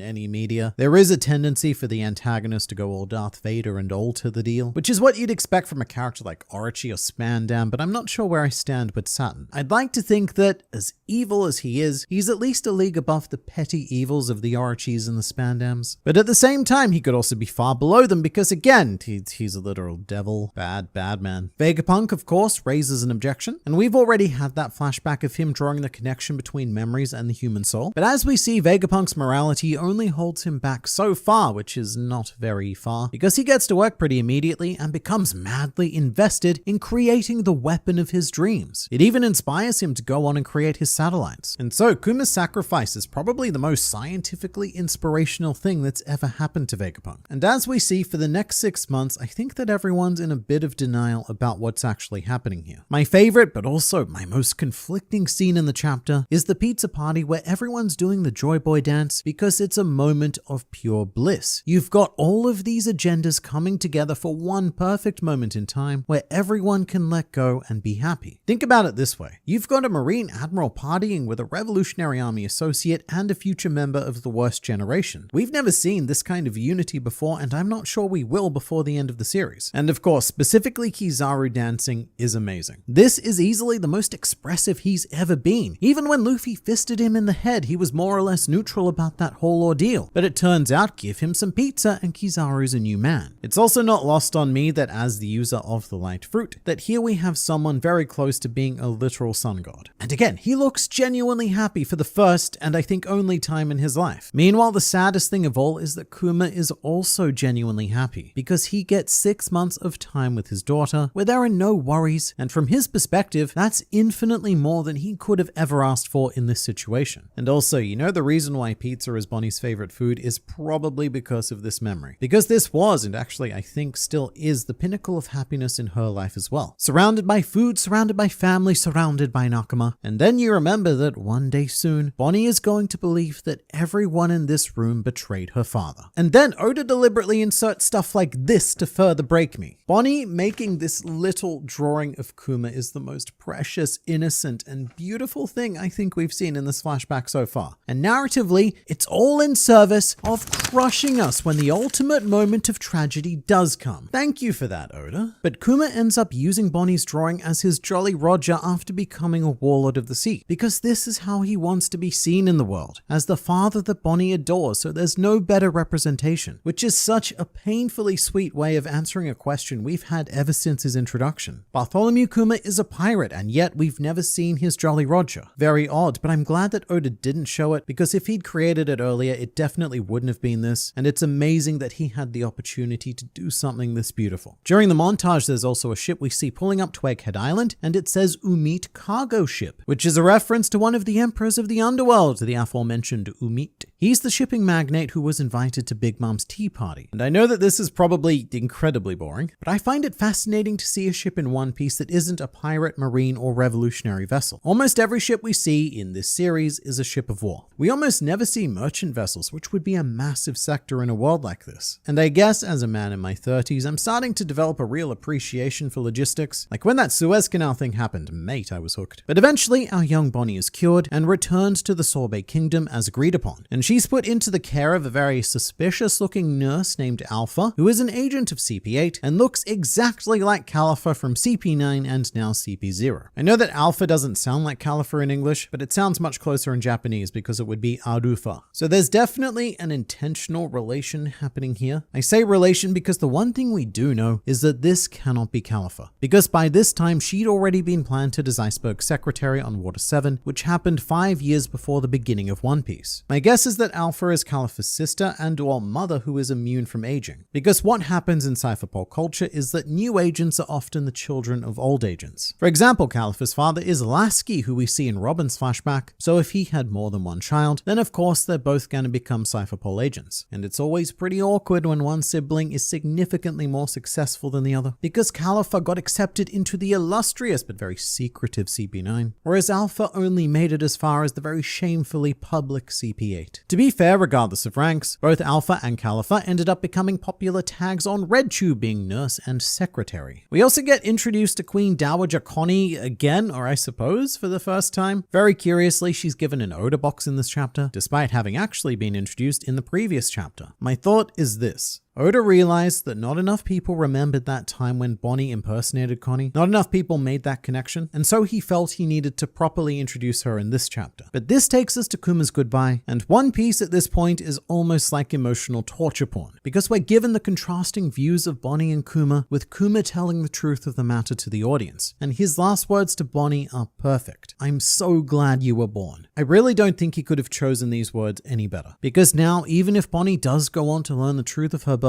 then there's a path to recovery, because Kuma made it known just how happy her existence made him. Then he leaves, and from this point on, I don't know if he'll ever see his daughter again. I mean, I expect Kuma to show up on Egghead, but I don't know how much of him I expect to see. And then our tyrant officially becomes a warlord, accompanied by another very exciting montage of all of the then current warlords reacting to the news. And I love chapters like these where we get a snapshot of what was happening all over the world at a very specific time. They're so rare, and it really reminds me of Chapter 0. But I love that even though this is Kuma's flashback, we still see like 3 whole Straw Hats in this chapter. Firstly, seeing Crocodile and Robin, or I guess I should say Miss All Sunday, together should give you a pretty great idea of how close we are to the start of pre-time skip One Piece. Baroque Works is in full swing, they've got their base, and they're even referencing the rainmaking ship that we only saw after Crocodile was defeated. That's what he was using to control the rainfall in Alabasta with the dance powder and then the stuff. But tell me, I can't be the only one to be so glad to see Robin back in a hat again. That was the aspect of her design that I loved the most, and to this day I'm still so sad that Oda got rid of it, because she's an Indiana Jones style archaeologist. She needs a hat. We also catch a glimpse of Doflamingo that more so than anything reminds me that I really miss Doflamingo's presence in the story, and I hope that he gets out of prison soon to cause some more shenaniganry. But by far the most interesting part of this montage is the section with Ace and the Whitebeard pirates, because we've now confirmed that Kuma was not one of the original 7 warlords. There's another unnamed warlord who was defeated by Ace, and despite the fact that we see him already part of Whitebeard's crew in this chapter, this almost certainly happened before Ace joined, because in Novel Ace he was offered the position before he went into the New World, and there is that gap between Kuma making the deal with Saturn and being publicly announced as a warlord, which actually the whole thing is a bit confusing, because surely they wouldn't have left that warlord position vacant for 6 whole months. They would definitely need to fill it ASAP like they did with Crocodile for the sake of global stability and such, so I'm actually not quite sure how the timelines end up, but I'm pretty sure Ace beat the warlord before he joined Whitebeard. Otherwise that would mean that a warlord got into a conflict with an Emperor of the Sea, and that seems very unlikely. Although if that did happen, there is one candidate who it could be, which is this unnamed giraffe pirate who Ace beat in the New World in Episode A, who fun fact was the previous user of Kaku's Devil Fruit, as demonstrated by the giraffeness. And you know, it could make some sense if he was a warlord, because all of them have pretty blatant animal themes, at least the original set did, so a giraffe would have fit right in. So after recording this video and going back on the chapter, Ace does actually confirm that the warlord position was left vacant for quite some time, as he says that they finally found a replacement. So it looks like my fleeting dreams of a giraffe warlord have officially been crushed. Whatever the case, it just goes to show that this system has been a mess since day one. The 7 warlords were supposed to be a force of stability, but even before Luffy started knocking them down like clowns in a carnival game, the world was always in a very precarious balance, to say the least. I'd bet that this isn't even the only unnamed warlord either. There's probably been quite a few over the years who have been forcibly retired. And something that I didn't even register until my second read-through of this chapter is that this is probably the only time that we will ever see adult Ace and adult Sabo both alive on the same page. Sabo obviously still has his amnesia, and they're both in very different places in the world, but something felt weird about this page when I first saw it, and I don't think it sank in until much later. But it adds another layer of tragedy to this already incredibly, probably peak tragic backstory. It's sort of like the pizza party. This is a moment in time where Ace, Sabo, and actually Luffy were all alive and happy doing their own thing. Of course, we also see Gecko Moria looking just as unthreatening as usual, taking a nap in his big comfy bed, instead of doing anything, you know, piratey or just anything in general. It is nice and nostalgic to see him though, and honestly, that's the real brilliance of this part of the chapter. Through these characters, it takes you on a journey of One Piece, because the warlords have been integral aspects to almost every arc. Through this, we go through Alabasta, Dressrosa, Marineford, Amazon Lily, Thriller Bark. It's like a giant rewind, and it's all in service of delivering us right back to the beginning of the series on that very last page. And on that note, yes, this chapter was packed with characters, but the ones who surprised me the most were Kobe and Alvida. They seem like such a truly random choice considering their company, but I have two guesses as for why Oda included them. One is that these characters are much more fresh in Oda's mind after the release of the live action. Kobe especially took a big step up in prominence, but the second is what I was talking about before. Checking in with them gives us a nice transition back into East Blue where we ultimately end up. Through that section of the chapter, we're getting closer and closer to the actual beginning of One Piece, and more so than even seeing Luffy on Dawn Island, seeing Kobe and Alvida very much activates the nostalgia of that era. Also, a slightly depressing fact that I often forget, and this does give us a good sense of the timeline, I suppose, but Kobe ended up in Alvida's service because he got on the wrong boat. Kobe wanted to go fishing, but instead he got on the pirate ship. Quite a common mistake actually, because Zoro did it post-time skip, but Kobe didn't have the strength to rectify his mistake, and so he actually spent 2 whole years with Alvida, which is too many. But again, I don't think any of us could have predicted that Kuma would end up right outside Dawn Island. Not just Dawn Island either, he is specifically right outside Fuchsia Village. And this may be where we find out how Kuma knew that Luffy was Dragon's son, because as far as we know, Dragon hasn't shared that information with even his closest revolutionary associates, and Kuma doesn't even count as that anymore, because he's been very, very absent from army duties. What I want to know is if Kuma was ordered vaguely in the direction of East Blue to await further instruction, or if he came here by choice, and if so, why? What I'm picturing right now isn't Luffy meeting Kuma, because Luffy probably would have remembered such a thing, unless Kuma took his memories, which is a thing he can do. But putting all of that to one side, what I'm thinking is Kuma catching a glimpse of Luffy and perhaps recognizing him as Nika, which then lays the groundwork for why Kuma goes so far to help him on Sabati and even dedicate his shell to guarding the Thousand Sunny for 2 years. It could be as simple as hearing a faint drum beat from that general childly direction and dum-dum-dum-dum. Or maybe he just witnesses the sheer joy of Luffy and decides to invest in the future, like what Shanks did with his arm. I can also imagine a scenario where Kuma encounters Garp on one of his many Fuchsia Village vacations, and the two would actually have quite a bit to talk about given that they have a whole dragon in common, and then Garp could casually drop something like, see that child thing over there? That's Dragon's son. Because realistically, I'm not sure who else would know at this stage. Kuma either has to hear it from Garp or Dragon, or maybe Whoopslap if he's been made privy to this information. He does seem to know an awful lot about Luffy, and recognizes that he does indeed have some grander destiny. And if you'd like to keep up to date on said destiny, then please do subscribe to the channel for consistent injections of One Piece culture administered directly into your YouTube feed. Maybe Kuma was what caused Luffy's boat to get destroyed at the very beginning of his journey. This has been a genuine theory before, not about Kuma specifically though, but Luffy gets exactly 1 page into his journey before having his ship sucked into a giant whirlpool out of absolutely nowhere, and it has been proposed in the past that this could have been caused by Dragon and whatever weather power he has. The whole thing does fall apart a bit when you ask why Dragon would have wanted to do this, because him being in East Blue, that's pretty feasible, he was watching over Luffy in Logtown as well, but there's no way he could have predicted that Luffy would stick himself in a barrel and end up at Alvida's base. And even if he could predict that, why would he think it's a good idea? But look, I don't know how Kuma would do this, but it would be pretty wild if he was somehow responsible for a big act like this occurring and setting Luffy on his entire path. He could be ordered to kill Luffy. If anyone knew that he was Dragon's son, then it seems like a very reasonable course of action. It's not like they try to hide it. He keeps yelling, "I'm Monkey D. Luffy" everywhere he goes. Or it could be that evil Shanks pans out and he snitches on Luffy to the 5 old men, telling them where that funky Nika fruit was, and thus they order Kuma to retrieve the fruit, which Kuma actually tries to do, doing something that I don't think he can do, conjuring the whirlpool that is, but fate allows Luffy to survive. I don't know if I like these ideas too much though, because it would mean that the 5 elders and even the other higher-ups had knowledge of Luffy right from the get-go, which means that they really should have been focused on capturing him immediately, sending in as many warlords and admirals after him as necessary. I also briefly had a very stupid thought, but it made me feel like a momentary genius. I was trying to figure out why Kuma would be at Dawn Island. It's not like he's logging it in his travel diaries because he's already been there during the Grey Terminal incident. So he's probably not visiting for the sake of nostalgia, because that was around the time that Ginny got enslaved and Kuma was volunteering himself to wreck any and all fools available. And then I said to myself,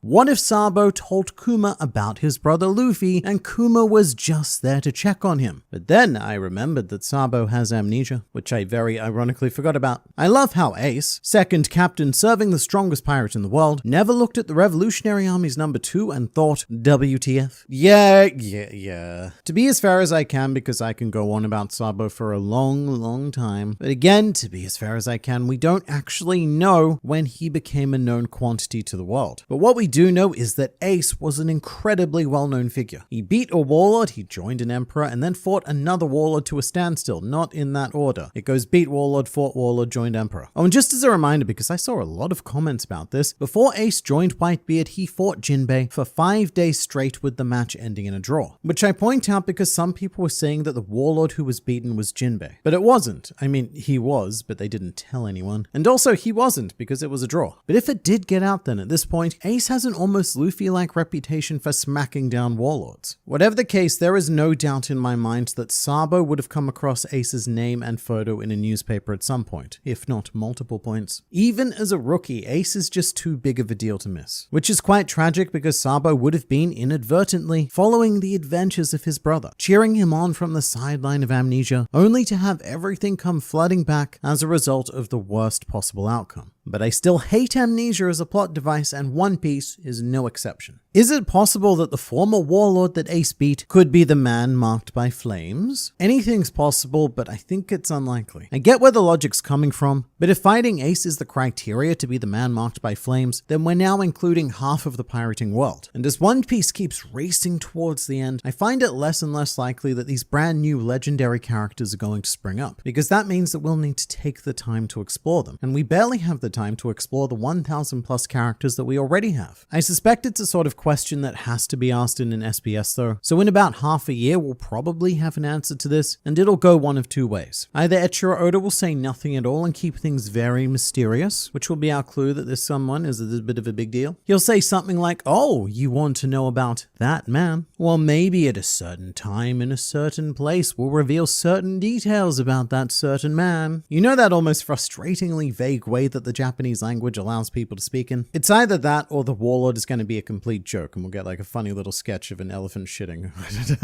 I don't know. That's the sort of thing he would do. But as for the man marked by flames, yes, it could be the unnamed warlord, although due to the black ship, I'm still looking in a very dragonly direction at the moment. Simon, is that you sneaking around and getting annoyed not getting that warlord spot? I'm so glad that someone else thought about this, because I feel like I'm the only one who ever thinks about Simon, and that's probably for good reason. In case you're unaware, Simon is the main antagonist of One Piece Great Hidden Treasure of the Seven Phantom Islands, which was released on the Game Boy Advance, and Simon is the user of a paper Logia fruit, but the thing I love most about him is that he's the only character in any One Piece media to have been put on the waiting list to be a warlord of the sea. So you've got all of these situations happening where warlords are being beaten or resigning. The unnamed warlord got beaten by Ace, then Crocodile by Luffy. Jinbei resigns, Gecko Moria gets kicked out, and I'd like to believe that even though all of those spots were open, the world government were purposely ghosting Simon because he's just too shit. They would genuinely prefer to keep that spot vacant for 6 months rather than have to fill it with Simon. Simon. He's such a great character though. Imagine calling someone an evil tyrant when he uses his daughter's drawing as his Jolly Roger. I mean, I don't know actually. Think about it from a different perspective. To us, the people who know all of the contexts, this Jolly Roger is heartfelt and meaningful. But imagine looking at it from the perspective of just a random pirate. You would be terrified out of your mind because this is some Joker level stuff. Out of context, the Jolly Roger makes Kuma look so deranged. So in a weird way, it's very effective at its intended purpose of being a Jolly Roger, which is to strike fear and warning into those around you. I think I'm gonna have to rewatch Thriller Bark now. I think it's always worth going back on Thriller Bark, especially if you haven't read or watched it twice. Because the first time it can be a bit disappointing due to the any slobby sabity sandwich, but it's a really good arc. And after Egghead Island, completely recontextualized. I remember reading Weekly when Kuma first appeared, and it was a big oh damn moment. Because for a second, it looked like we were gonna have to take out 2 warlords at once. Sort of like how Wano turned into taking on 2 emperors. But here's something interesting. Kuma was sent to Thriller Bark to notify Gecko Moria about Crocodile's replacement. But we saw in this chapter that the world government doesn't really go to such a grand extent to inform existing warlords about new warlords. They're happy for the warlords to read about each other in the newspapers. So it really goes to show just how much the world government did not trust Gecko Moria's ability to handle Luffy, and for good reason. So they knew that the Straw Hats were near the Florian Triangle because of the Enisobi incident, and thus Kuma was sent to pick up Moria's slack. There's also a cool interaction between Kuma and Nami, where he asks her if it's true that Luffy has an older brother. And in retrospect, I guess this is the conclusion that Ivankov jumped to, that if Ace was Luffy's brother, then he may also have been Dragon's son. Is it just me, or is every great father we've ever gotten in One Piece truly heartbreaking? Here are look, Kuro, Senor Pink, and now Kuma. I'd also definitely add Whitebeard and a few others to that list, but even with all of that, I think I know why this particular flashback hits so much harder. It's because Oda himself is a father of 2 daughters. So whenever the specific father-daughter dynamic comes up, Oda draws a lot from his personal experience and personal feelings, so he's able to make it that much more tangible to the rest of us. There was a radio interview back in 2018 where Oda said that he specifically blocks out 1 time a week to hang out with his daughters. And if any of you are parents, once a week, and probably doesn't sound like much, and that's exactly right. In the real world, Oda has a very Kuma-like role. Due to his circumstances, he's away from home more often than not. He works 7 days a week, sleeps for only 3 hours, and often does that in his studio rather than at home with his family, and he has very little time for anything other than making One Piece. He also once famously promised his wife that after One Piece ends, they go on a round world trip. That promise was made in 2004. So 20 years later, Oda's Nami cosplaying wife is still waiting on that. But that's my personal theory for why this flashback hits so much harder than,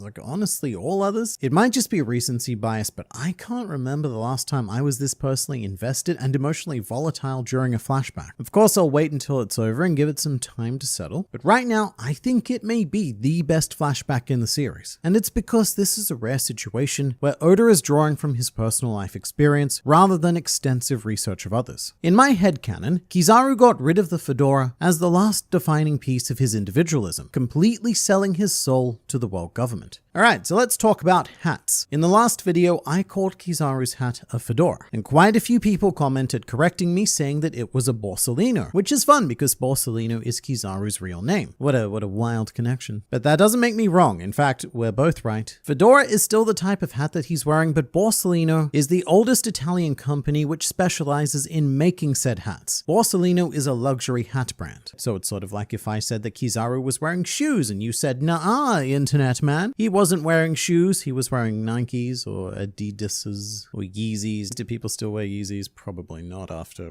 But to get back to something of relevance, I actually really like the original commenter stating that Kizaru stopped wearing the fedora to symbolically relinquish his individualism. Because the Kizaru we see in this chapter, and in fact any flashback Kizaru we've ever seen, is very out there in terms of fashion. Power clashing everywhere with all sorts of high-end items just to flex that Admiral paycheck. But gradually it's all been stripped back, and it's left us with a more pared back Kizaru. The man who follows orders almost as unquestioningly as Kuma did after his personality was removed. Someone else in my comments actually put this in a really interesting way. I'm not going to read out the whole thing, but it was Ed Burke 37. Good job you. He said that the 3 original admirals essentially represent the Japanese salaryman stereotypes. Kuzan is the man who got fed up and quit his job. Sakazuki is the man who dedicated himself to climbing the corporate ladder. And Kizaru is the guy who got broken down by the job and the company culture so badly that all that's left is a shell and he just does what he's told to go with the flow. He's not an individual anymore, he's more like a homogeneous light cog. That or Kizaru gave his fedora to a young child with big dreams and told said child to return this fedora to him when he becomes a great marine. I swear that Ace has done more in flashbacks than in the main story. You know, you're not wrong. The only thing he really did in the main story was fight Smoker, then fight Blackbeard, and then die. I personally find Ace far more interesting, not just in flashbacks, but in extended media. And if you haven't, I highly recommend either reading Novel A or Episode A. The first one is a 2-part book series, and the second one is a handful of manga chapters. But they detail a lot of Ace's actual story, and I think it's criminal that a lot of this stuff never made it into One Piece, because he's a really compelling character in those. But in regards to doing more in flashbacks, Ace isn't gonna like this, but I'd say he's very much following in Roger's footsteps, because all Roger did in the main story was die. Vegapunk saying he wished there were 5 more of him gives more credibility to the theory that Shaka isn't actually a satellite. So I didn't notice that at first, and I don't know how much, if any, we should read into it, but Vegapunk does quite specifically say that he wishes that there were 5 more of him. And of course, we go on to allegedly create 6 satellites. Although Shaka is a very special boy with a bit more authority than the others, and I'd still love to see what was under that mask, even if it doesn't technically exist anymore, because York blew it all to bits. It could be a random random number. Vegapunk's lost in thought and he just estimates, like 5 of me would be good. But then when he sits down to go and make all the satellites work, he's like, nah, 6 would be better. But also, as an author, why not just say 6? Because we know that it's gonna be 6. And there is an idea that we may have seen Shaka or a prototype Shaka in this chapter. The robot that was delivering drinks during the pizza party does have a very Shaka-esque design. Although I think that Shaka is implied to be a biological being, mostly through all of the blood that we saw escape his head after York again blew it the crap up, which isn't good. He needs that blood. Or I guess he needed that blood, because again, he's dead.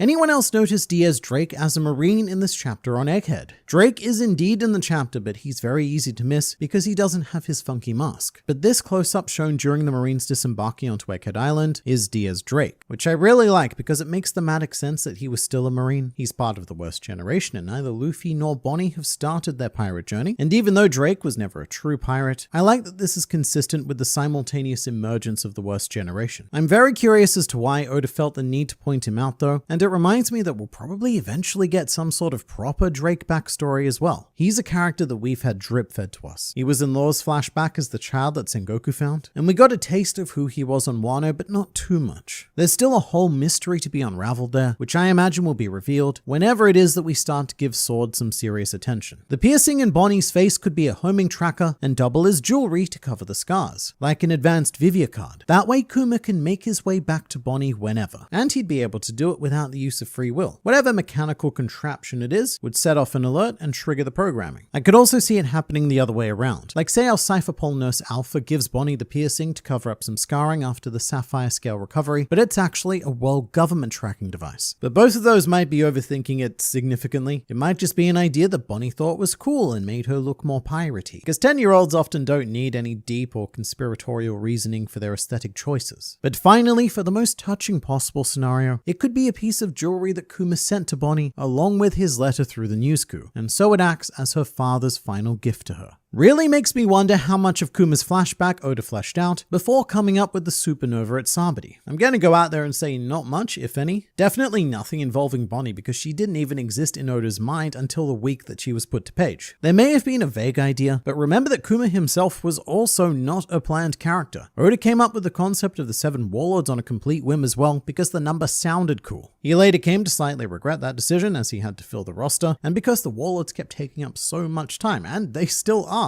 So what we have happening here is a collision of improvised characters. Kuma the Warlord and Bonnie the Supernova. 2 total accidents of One Piece coming together to deliver this absurdly touching story. In literature, devils like contracts, so I think Saturn tries to uphold his end as much as possible. That's a good point. Devils do love themselves some sweet, sweet contracts. So contractually, I wonder if there's a method by which Saturn could break this agreement. Perhaps by, say, breaking Jewelry Bonnie herself. Like for example, when he ordered all of the Marines to shoot her in the head. Because Kuma wanted exactly one thing out of this deal with the devil, which was to ensure Bonnie's safety. So if Saturn ends up threatening said safety, then is our deal off? Is there a mechanism built into Cyborg Kuma to recognize this and restore him for just long enough to ensure the safety of his precious little jewelry? Which is perhaps why the memories still exist, just as a safety measure. But I do still mostly see Saturn as a devil of his word, which is why earlier he said, "No, mates, leave Bonnie alone. She's just a child. You wouldn't hurt a child, would you?" At least until he did, because now Saturn has had enough. He gave a token effort to honor his contract, but look, it's getting late and old mate needs to go to bed soon. So we're doing things a bit quicker and dirtier now. And if you want to see how that works out for him, then don't forget to subscribe to this channel for consistent injections of One Piece culture administered directly into your YouTube feeds.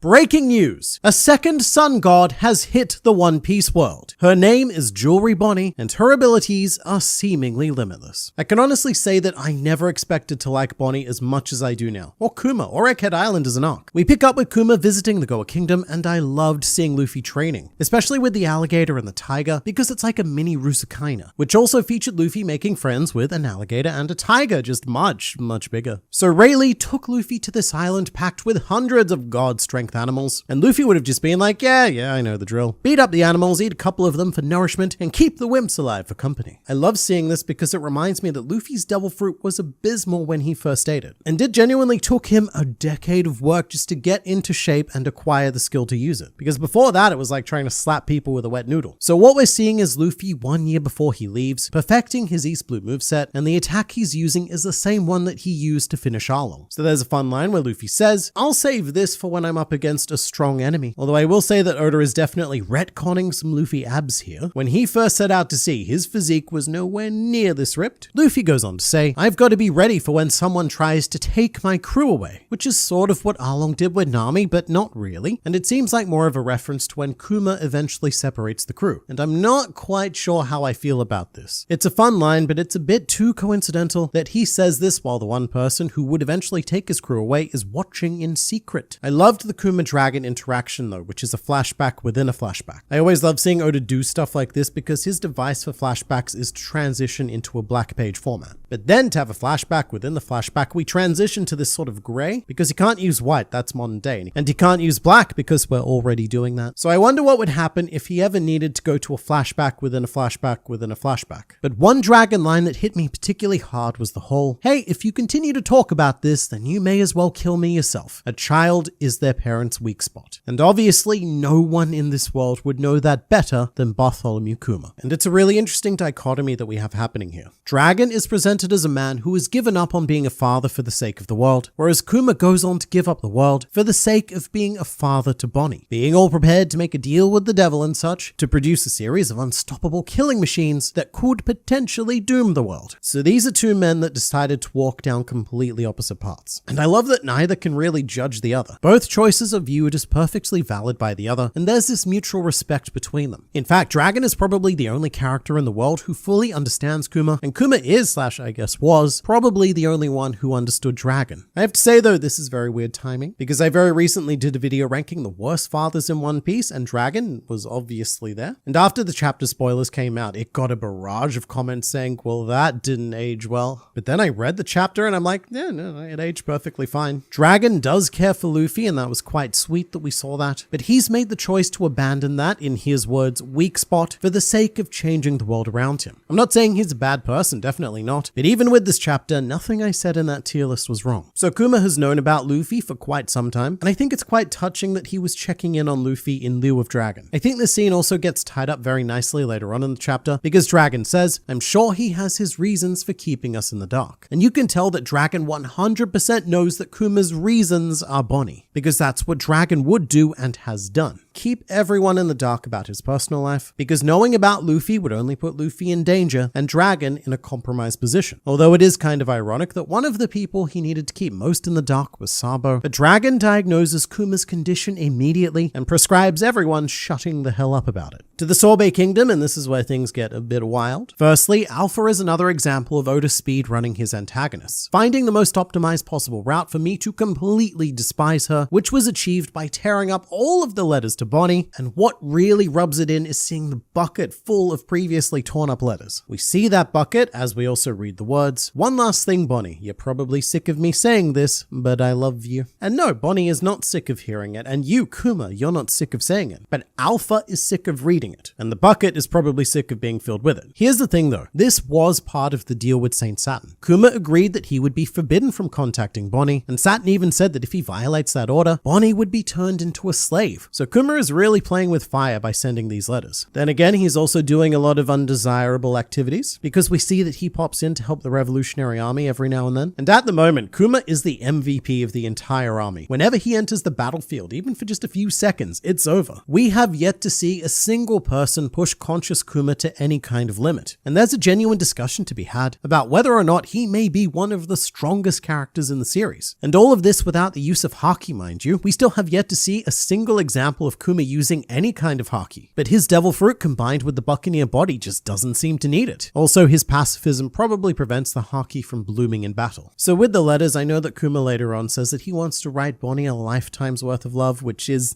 frustratingly beautiful. With this whole flashback, Oda has never missed an opportunity to really push and twist that knife of tragedy in further. But part of me wonders if deep down, or even shallow up, that Kuma knows that Bonnie will never read them. And perhaps this is just a way of expressing his own feelings with a sliver of hope that maybe Bonnie will receive one of them, which is the sort of thing that Kuma has been doing his entire life. Even in the darkest of situations, he's always clung on to a very obscure and faraway hope. I'm also only now just realizing that Kuma using a news coup to deliver letters probably isn't a rare thing to do. In fact, there's probably no other way to get written messages across the world, which means that Big News Morgans doesn't just control the news, he controls a whole new sphere of information as well. Absolutely everything goes through his bird system, although Kuma's letters may not have been in vain at all. Now that Bonnie has seen Kuma's memories, she may have gotten to read or hear or even write each and every one of those letters. So it's less that Kuma was writing them on paper and more that he was marking them in his mind for her to see later. So back to Alpha, I can understand her intercepting the letters, but she tears them up with such disgust and frustration, which is such a great way of making me absolutely hate her. But I have to say that Alpha is also a pretty terrible agent, because apparently she and the other agents completely blew their cover whilst out drinking. And this right here is why Alpha only made it to CP8, because I could never imagine Califa or any of the CP9 agents who were posted on Water 7 slipping up this terribly. But one of my unexpected hits of this chapter, and I guess this flashback in general, is Queen Dowager Connie. She's had a bit of a slow burn over the last 3 chapters, which has been a pretty great life lesson about the elderly. In the first chapter she was introduced, Connie was portrayed as a withered prune with very little agency of her own, constantly being lifted up by people thinking she was Bonnie with no objections. Then in the one after that, Connie opened up and we saw how much of a kind and empathetic figure she was, acting as a stand-in parent for Bonnie. And in this chapter, another layer was pulled back, which shows her to be incredibly clever and cunning. It's Connie who makes the decision to hide Bonnie's powers, and it's also Connie who has her network of information letting them know about Alpha and the disease. And all of that sly cunning is masked by pretending to be a decrepit old woman who may or may not be losing her mind. I love that part at the end where Alpha discovers Connie in Bonnie's clothes, and she's putting on the act pretending to be Bonnie. It's such a good full circle joke, because Connie was introduced with everyone mistaking her for Bonnie. And it also made me think, as a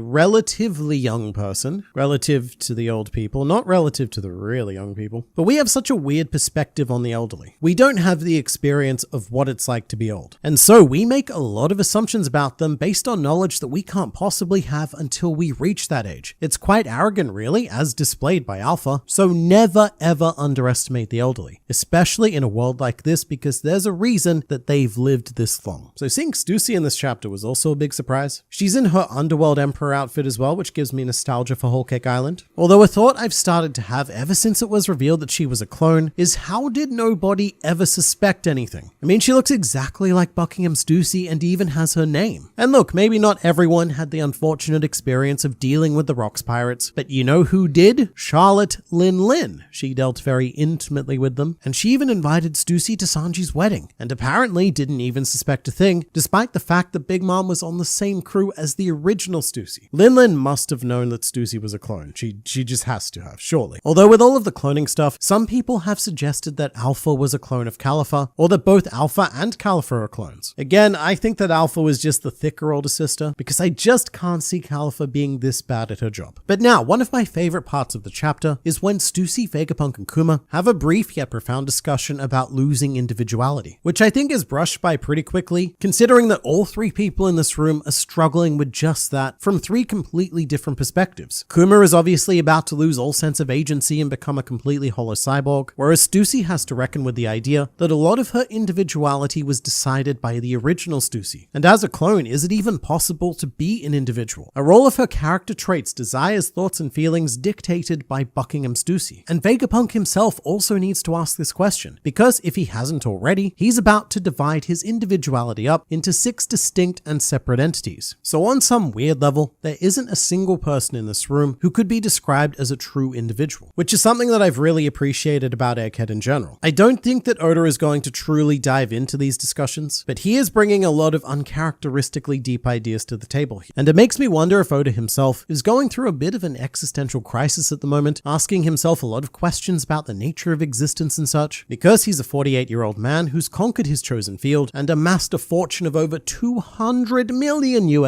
dues. And after having reached that point in the hierarchy of needs, he's probably becoming a lot more inquisitive about the more abstract aspects of life. But then we have, as we all expected, Bonnie's escape from the Sorbet Kingdom. And also, we finally have an explanation for Bonnie's ship. The big theory back in the day was that Bonnie was one of Big Mom's relatives due to the pink hair hair, the lipstick, the uncontrollable gluttony, and the fact that they both had food-focused ships. I never expected the answer to the ship to be this touching though. They made the ship into a pizza because Bonnie is a 9-year-old child and they didn't want her stuck on some stuffy, boring boat. That's what her whole life has already been. So let's make something inviting, something exciting, and something to breathe some much-needed fun into Bonnie's childhood. Also, Bonnie setting out to sea is very reminiscent of Luffy in Chapter 1. It's time to start her adventure, but there's still one antagonist standing in the way, so we need to prove that we're ready to tackle the challenges of this world and knock them out with a single punch. It is fearsome, yet adorable, like a mini Gear 3rd. And this is where Oda's villain speedrunning pays off tremendously. In the space of a chapter and a half, he made me despise Alpha to my core, so it's so unbelievably satisfying to see her get hit. And it's a pretty brutal hit as well. If we're talking about this versus the punch that Luffy gave to the Lord of the Coast, I feel like I'd rather take Luffy's punch. And then just imagine Alpha trying to report this back to the world government. You were outsmarted by a barely functional, like, octogenarian lady, and then you were overpowered by a 9-year-old child. Yeah, there's probably a reason why we haven't seen Alpha in the modern day. But this is, of course, the most insane moment of the chapter, which has unlocked a whole new level of potential for Bonnie, because she's just managed to access a distorted future, which essentially gives her Luffy's Devil Fruit abilities. And if she can do that, what's to stop her mimicking every other power out there? Or even taking on other fruit classes, like a distorted future where she becomes Kaido's Dragon Zoan, or a distorted future where she becomes a Logia. Bonnie's Devil Fruit is the perfect multi-tool. At this stage, the only real limitation is that she's a child, although actually, I don't know if that's a limitation. In Luffy's case, the childlike imagination is a huge benefit for his fruit and key to unlocking it, and I think it's very similar with Bonnie. It takes a very active imagination to conjure these wacky, distorted futures, and this fruit is probably much more dangerous in the possession of a 9-year-old girl than it would be in, say, a sensible 40-year-old accountant named Simon. I also wonder if the fruit gets weaker as you get older, and that perhaps one of the reasons why Bonnie can do so many amazing things is because she's only 9, which means that she has so much unknown potential ahead of her. But once she does age to become more Connie-like, does the fruit become much more limited because, to be blunt, there isn't a whole lot of future left to access? I guess you could age yourself back down, but then could you use distorted future in conjunction with age restoration? I do not know. And in theory, could Bonnie also use distorted future on others and turn anyone she wants into Nika? If so, we could end up with an entire army of rubber people. But this chapter showcases one of the greatest strengths of the series, which is that every character feels like the protagonist of their own story. Throughout this whole flashback, Kuma has been compelling enough that I would be more than happy to follow a whole story just about him. Meanwhile, I also think that Bonnie could definitely carry her own story as well. In fact, were it not for the existence of Luffy, there would be a great argument to make that Bonnie will become the joy boy we're looking for. She has everything, the inherited will and the power to do so, and really the only thing stopping her is that this is Luffy's story. And then there's the potential question that we need to raise every arc. Will Bonnie become a Straw Hat? Could she take up the apprentice role on the ship, like Shanks and Buggy did for the Roger Pirates? A random child that the crew stumbled upon and incidentally found themselves raising. Because right now, the apprentice role is the only standard one missing from the Straw Hats. That influence on the next generation, even if Bonnie is considered part of this generation. But surely at some point, if she hasn't already, Bonnie will realize that Luffy is Nika. And what more could she possibly want to do than make her father's dream come true? So you let me know in the comments. What do you think of Jewelry Bonnie's chances of joining the crew?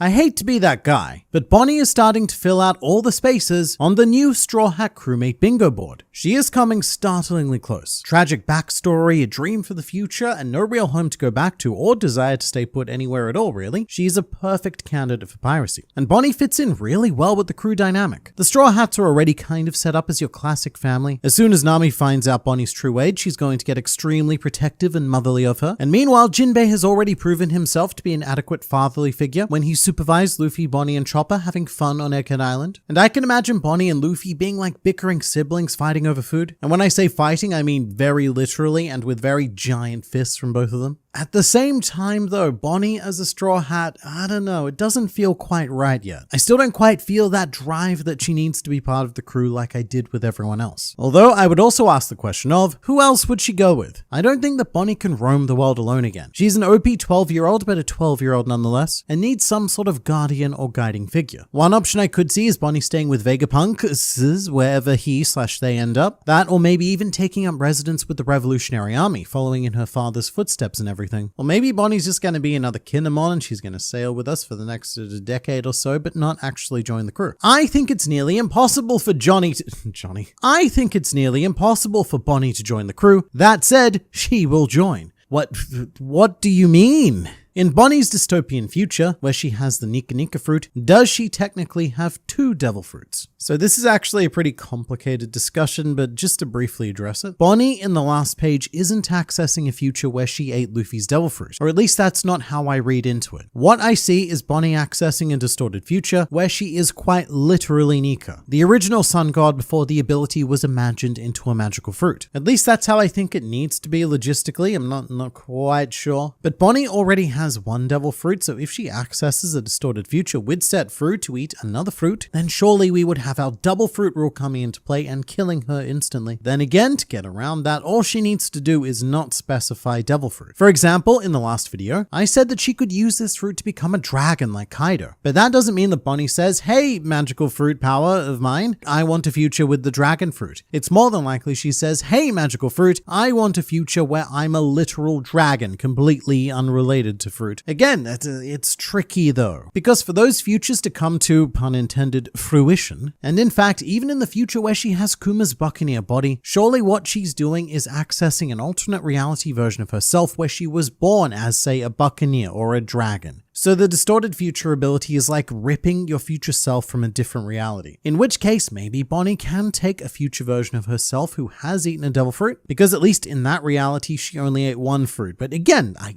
genuinely don't know. Bonnie's powers keep expanding in ways that make them seem nigh on limitless. And if that is the case, then apart from Blackbeard, Bonnie may very well be the only person in this world capable of multi-fruiting. In fact, why not access a distorted future where Bonnie has 2 fruit abilities, or 3, or even 4? You know what? All of them. Give her all of the fruit. It feels like one of those powers that really is limited only by imagination. And at the moment, I'm struggling to see why it shouldn't outright take the title of most ridiculous devil fruit away from the Nika Nika no Mi. Why didn't Bonnie know, or put 2 and 2 together and think Luffy is Nika? So I was very curious about this as well, because at first I thought, oh, there's no reason why she would know. It looks obvious to us because we've just seen Luffy and Bonnie use their powers in the exact same Nika-ish sort of way. And all that Bonnie knows about Luffy is what she's read in newspapers, and they might not go into detail about his abilities. Most opponents seem very surprised and taken off guard by Luffy's rubbery nature, which says to me that him being a rubber man isn't common knowledge in the One Piece world. And then I started thinking that Egghead Island has been very convenient, because Bonnie has spent a lot of time around Luffy, but Oda always finds a way to remove her from fights. She fainted before Luffy fought Lucci, then Bonnie was spending a lot of time in Kuma's bubble memories whilst everyone else was dealing with the Seraphim, and then she got kicked away by Kizaru before Luffy pulled out anything wacky there. All of these huge moments seem to purposely remove Bonnie from the action, as if Oda was trying to obscure Luffy's abilities from her. And I'd say that it was quite brilliantly done, if that statement wasn't completely false. Because one of the first things Luffy did after meeting Bonnie was stretch his arms to launch into a hologram, and then he even made a big ol' fist to fight Officer Kuma. So in conclusion, after this chapter specifically, I don't know why Bonnie hasn't put anything together yet, because Luffy has demonstrated all 2 things that she knows about Nika. And another question I have is, did Kuma know that Luffy was Nika? Because Kuma saw him stretching very clearly in the Goa Kingdom. My assumption is that Kuma did know, however he wasn't able to tell anyone, even Bonnie, out of respect for Dragon, because Luffy is his child and his weak point after all. But also, if Kuma did know, then surely Bonnie would know now because she knows what he knew, his memories. She knows them. But then again, if Kuma didn't know them, why did he go to so much trouble to save Luffy? And also, just how didn't he figure it out? 320 million bounty at 12 is wild. Does this make Bonnie the youngest person with such a high bounty? It's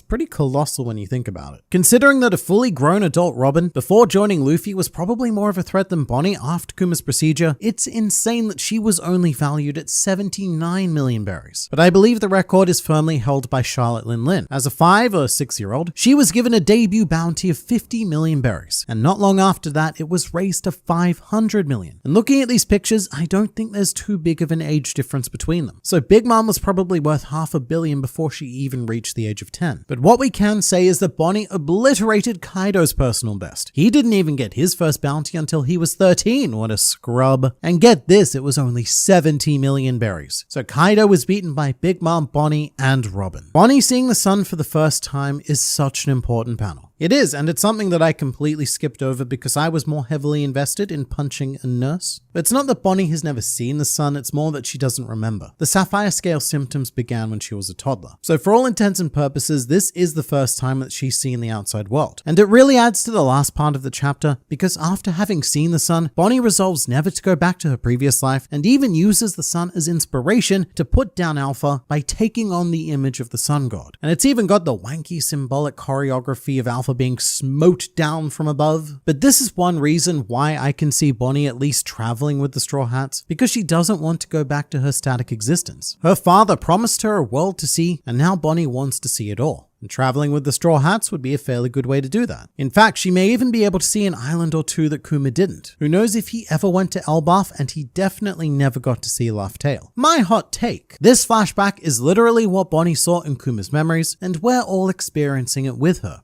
Yeah, but then how did he know about all the parts he wasn't there for? That's what most of us thought was going to happen. Bonnie was going to touch the bubble, and that was going to be our vehicle into the Kuma flashback, which would have been a really cool new way to explore a One Piece flashback, with a powerless bystander from the modern day taking a much more active and inquisitive role. As much as I like the concept, I think it would have been really difficult to pull off, or at the very least not as effective as just telling the story in this more classic traditional way. Because it's not just Kuma and Bonnie's perspectives that we're seeing. We've cut to the Revolutionary Army on their own, we've cut to each of the original 7 warlords, and even Saint Saturn having some alone time in his old man chair. Alpha ripping the letters seemed personal. If she was Califa's sister and Lasky's daughter, there might be something to this. Jealousy that Bonnie, and maybe even Califa, had something that she never did. I kind of love this idea. So what we're saying is that Alpha is something of an unloved child, and never got the attention she really needed from her father, Lasky. So when she does encounter a loving father, it cuts Alpha pretty deeply, because Alpha was the neglected child, and Califa was treated as the project, because her raw talent was identified from an early age. And then at Cypherpole family gatherings, everyone's always asking, how's Califa doing? And then the answer's always, well, she's doing so well that I can't tell you because it's a big secret. Meanwhile, you've got Alpha sitting there in the corner just praying that no one brings up that time she blew her cover as a drunk nurse and got beaten by a 9-year-old. Also, just because I keep getting comments about this, to be clear, Alpha and Califa are 2 different people. 5 years ago is when Califa started her mission on Water 7, which is long before Alpha was assigned to Bonnie on Sorbet. When Kuma and Rayleigh were talking telepathically on Sabadi, wasn't that a version of observation haki? Alright, this might seem like a bit of a weird question, and there's a lot of assumptions happening here, but it touches on something that I've been thinking about for quite a while. But the weird thing is that telepathy does seem to legitimately exist in the One Piece world, and we even have a very blatant example of it in this chapter. Whilst Alpha is feeding Bonnie her quote medicine, Gyogyo and Connie are speaking to each other telepathically through thought bubbles. Gyogyo asks why they're hiding Bonnie's powers, and Connie delivers the answer straight into his mind brain. Now, one theory is that this is how Oda implies that characters are whispering to one another, which would be great, except in the panel right next to it, you have Alpha using the exact same bubble device, but it represents a private thought because she's all giddy about feeding Bonnie a horrid lemon-flavored placebo. Also, this goes much deeper than I thought it did, because this is a device that Oda has been using for quite a long time now, and it almost exclusively pops up in cases where characters can't freely communicate, such as the Udon prison, where Luffy and Hyogoro couldn't speak freely due to the guards around them. So Hyogoro did the classic telepathy bubble. However, there's a problem here, because a lot of you probably know this, but Oda has a very specific rule when it comes to writing Luffy, which is that we never see his thoughts. The idea is that Luffy is so simple to the point where if he's thinking something, he's probably already saying it anyway. And so when Hyogoro attempts to speak to Luffy through a thought bubble, what Luffy does is use his Conqueror's Haki to knock out the guards because he can't reply with a thought bubble, as that would of course break the Luffy rule. So he knocks out the guards and then proceeds to speak at his regular volume. But look, Oda isn't perfect, and there are a handful of very rare circumstances when the Luffy rule has been broken. Most notably in Impel Down, after Hancock smuggles Luffy in and he says thank you in bubble form, which Hancock mishears/misinterprets as I love you. And you'd think the anime would have the answer to the question of exactly what's going on here, but it doesn't. In fact, the anime chooses not to deal with this at all. For example, in that same scene of Udon, they have Hyogoro just speaking at regular volume. They ignore it completely. So the sort of telepathic/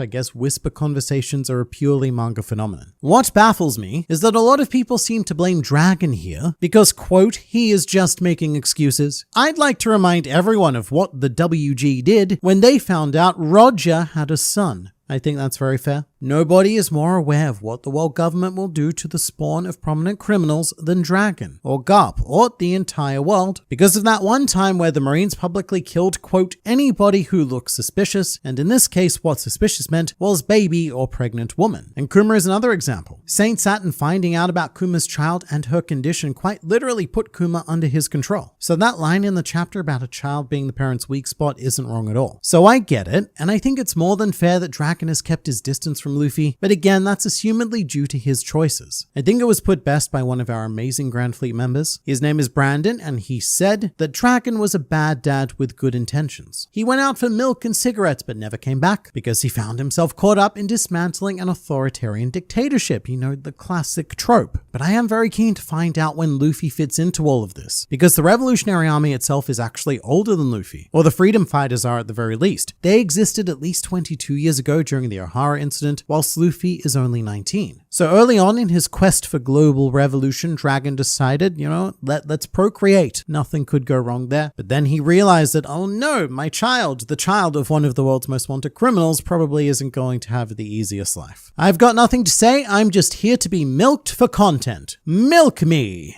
Very well, sir. Consider yourself thoroughly milked. Seeing 10-year-old Bonnie using Luffy's Gear 3rd took me back to when Luffy used Gear 3rd for the first time and turned into a kid. You know, these days I often completely forget that that was ever a thing. It feels like it's been so long. And I really liked that drawback because it made when and when not to use Gear 3rd a very strategic decision. Almost like you needed to do it in a position of certain victory, because otherwise it would almost certainly lead to defeat. And part of that is why I love Gear 5th so much, because I miss when really weird things would happen to Luffy due to his ludicrous powers. And for the early post-time skip era, we went through a bit of an edgy teenage phase where Luffy's transformations kept getting cooler, sleeker, and stronger. So I'm really glad that Wano eventually put us back on the wacky track. The reason Kuma sent Luffy to Amazon Lily is because he saw him training in the jungle now. Alright, so everyone else makes sense. Each Straw Hat got sent to the exact perfect destination designed to enhance their skills, which firstly, in retrospect, means that Kuma must have been really keeping up with Straw Hat news and gossip to simply know each crew member on this level. But why Amazon Lily? I think it's a cool idea that Kuma knew that Rusukaina was nearby, which was an amped up version of Luffy's Dawn Island training, but that was Ray Lee's idea, not Kuma's. And the two of them didn't have any time to discuss or make plans either. So what was it about Amazon Lily, or Boa Hancock, that Kuma just knew that this was the right spot for Luffy? It still feels like we're missing that one bit of connective tissue there. Also, in retrospect, it seems just a little bit harsh that he sent Robin to Tequila Wolf to become a bridge slave. Even if he knew the Revolutionary Army were about to raid it, couldn't he just have sent her to, a safe Revolutionary Army base? No, slavery for you. Based on how the chapter ends, I'm assuming 1101 was the end of Kuma's backstory. The narration at the end definitely gives you that kind of wrap-up vibe. And then Bonnie went on to become an infamous pirate, and you all know the story from there, the end. So I could see the next chapter having a couple of flashback pages and then transitioning right back into modern day, but it depends if Oda has much more that he wants to show us with Kuma. One thing we haven't seen is that moment of full conversion, which happened between Sabati and the Paramount War. And given how thorough Oda's been with torturing Kuma over the last couple of months, it would be very on point for him to continue to do so right up until the last second of his consciousness. There also might be an opportunity to twist the knife in one last time by showing both Kuma and Bonnie on Sabati. Kuma might even know that she's there, but has to honor his deal about not contacting her. For the most part though, I feel like we have a very complete picture of both Kuma and Bonnie, and no matter how 2023 ends, we are in for an explosive arc climax in early 2024. This was too much. This chapter was a bombardment of emotion as well as furious nostalgia, and a masterful display of something that One Piece excels at to an absurd degree, which is recontextualizing past events. Because we got to do a speed run of pre-time skip One Piece from the perspective of Bartholomew Kuma. A Kuma run, if you will, and it's amazing that one chapter can hit so many beats and still not feel like a cluttered mess. So before we get into that, firstly, we get to see a fully fledged pirate Bonnie. And I love that Bonnie is built up this almost Eustace Kid-style reputation because she only attacks children and the elderly, allegedly. The Marines show up, they see nothing but the bodies of children and elders on the floor, and they're like, oh my god, what a monster. And even though it's only temporary, it's the sort of angle I can definitely see Big News Morgan's taking. Considering that he cultivated the reputations of the worst generation, this would be a unique quirk that sets Bonnie apart from her peers and creates an enhanced sense of fear in the public. And the fact that she's constantly on the hunt for her father must be a very bittersweet scenario for Kuma. On the one hand, he can never talk to Bonnie again or interact with her in any way, But on the other, it must be kind of nice to, every now and then be able to catch a glimpse of your precious, precious daughter. Because that's probably much more than Kuma thought he was going to get after he said goodbye. And something else I've just realized is that often the tragedy of a parent leaving this world far too early is that they don't get to see their kids grow up. But Kuma has been given a glimpse of Bonnie's entire lifespan. He's seen the woman she'll grow up to be, as well as the prune that she'll wither into after a very long and happy life. At least that's the plan. I wouldn't say the past 2 years have been amazingly happy for Bonnie,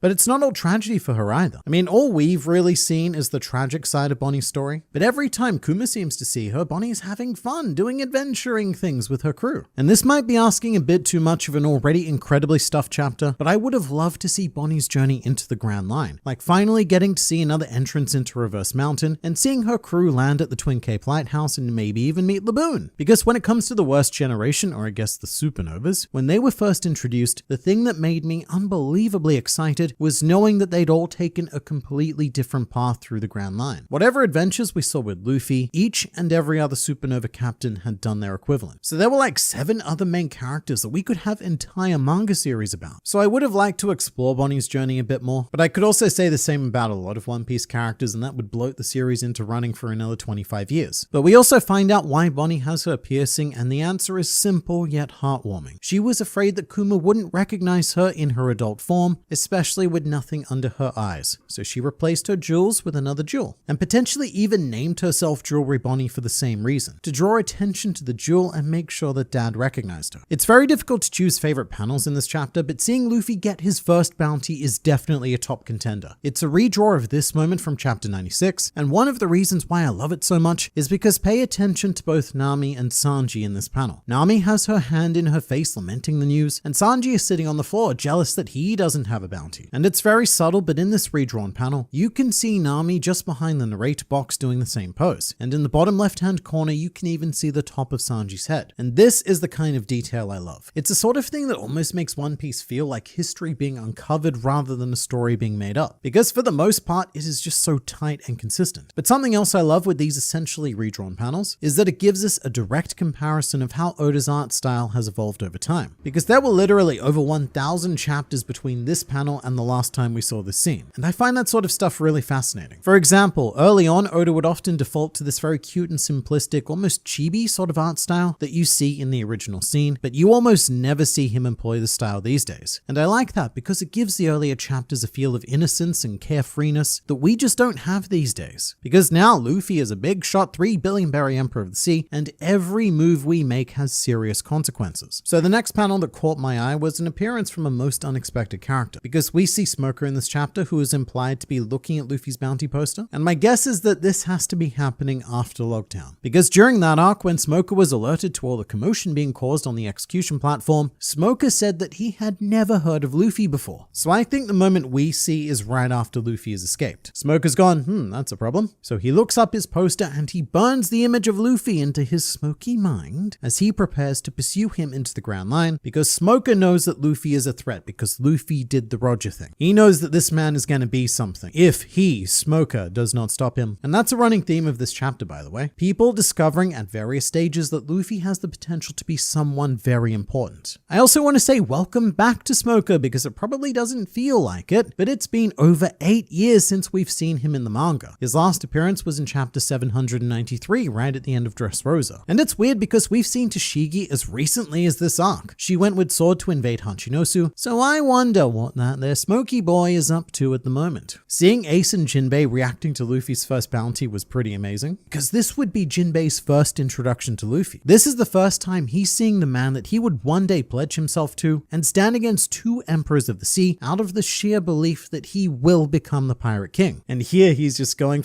what do you mean this brat beat Arlong? He doesn't look like anything. Are you sure about this, Ace? And speaking of, it's always great to see how proud Ace is of Luffy, because he's one of the OG believers. He's believed since childhood that Luffy's going to do the thing it is that he wants to do, and now Ace gets to show him off to all of his new brothers. I also don't want to neglect this, because this is another kind of mind-blowing series of panels where we have both Ace and Sabo on the same page, and the only thing they're linked by is the concept of Luffy, which is always tragic, but this is the second time in the series, and in fact this flashback, that we've been able to see the adult versions of all 3 brothers on one page in a relatively happy state. We then take quite a bit of a jump to post most any slobby, and this is quite something, because we see Kuma inspecting the first batch of Pacifista, and this is only about a week or two before the events of Sabadi, so that may have been the very first time they were deployed. And if so, I guess that would explain why everyone mistook them for Kuma. That and the fact that they all look like him, and you would do that anyway. Even if you knew about the Pacifista, you'd go, oh, Kuma. It's also at this point in time that Kuma told Vegapunk that Luffy is Dragon's son, citing that there's no point in hiding it if Vegapunk was going to study his memories regardless. And I'm curious about how much progress Vegapunk made with the memories. He does say later on that he designed a system or device that allows him to, quote, take peeks, but does that allow him the full experience? Has Vegapunk seen everything? And if he has, then in world, he's kind of been following Luffy the same way we have, through a series of highlighted adventures that would definitely explain why he and all of the Vega people were so quick to trust the Straw Hats. We then replay the events of Thriller Bark, which is cool, but I wish that Oda had done some artistic variants with these panels, because I don't think they work quite as well as some of the others, particularly the Ursa shock and the Straw Hats rejecting Kuma's offer in unison. I mean, I think that he does a good enough job of recreating them for the purpose of this chapter, but these just happen to be two moments that exist very vividly in my mind. The original Ursa shock was this beautiful, impactful 2-page spread of unbridled power, and it feels a little bit meh to have a moment like this crammed into one tiny panel, and redrawn to a much lesser extent. And again, as much as I love the flashback to this moment, the Straw Hats rejecting Kuma's offer feels like a bit of a cheap copy of the original panels, where the emotions and the art was so sharp and on point. I do really like a lot of these redrawn panels. I think they show how Oda's art style has become more sophisticated and refined over time, just not here. Not with these particular ones. And with the Straw Hat one especially, I can't help but feel like this was completed in this state because it was on a deadline and it was just something that we had to get out there. Maybe Oda's eyes weren't in the best condition that day and this is just needed to be done, which is unfortunate because they're pretty direct redraws, so they draw a direct comparison. And that's why I think that maybe drawing these scenes from a different perspective would have helped avoid that. Now, as a Zoro fan, something that made me unreasonably excited was when Kuma engaged in a bit of self-power scaling by saying that all of the pain he pushed out of Luffy might even knock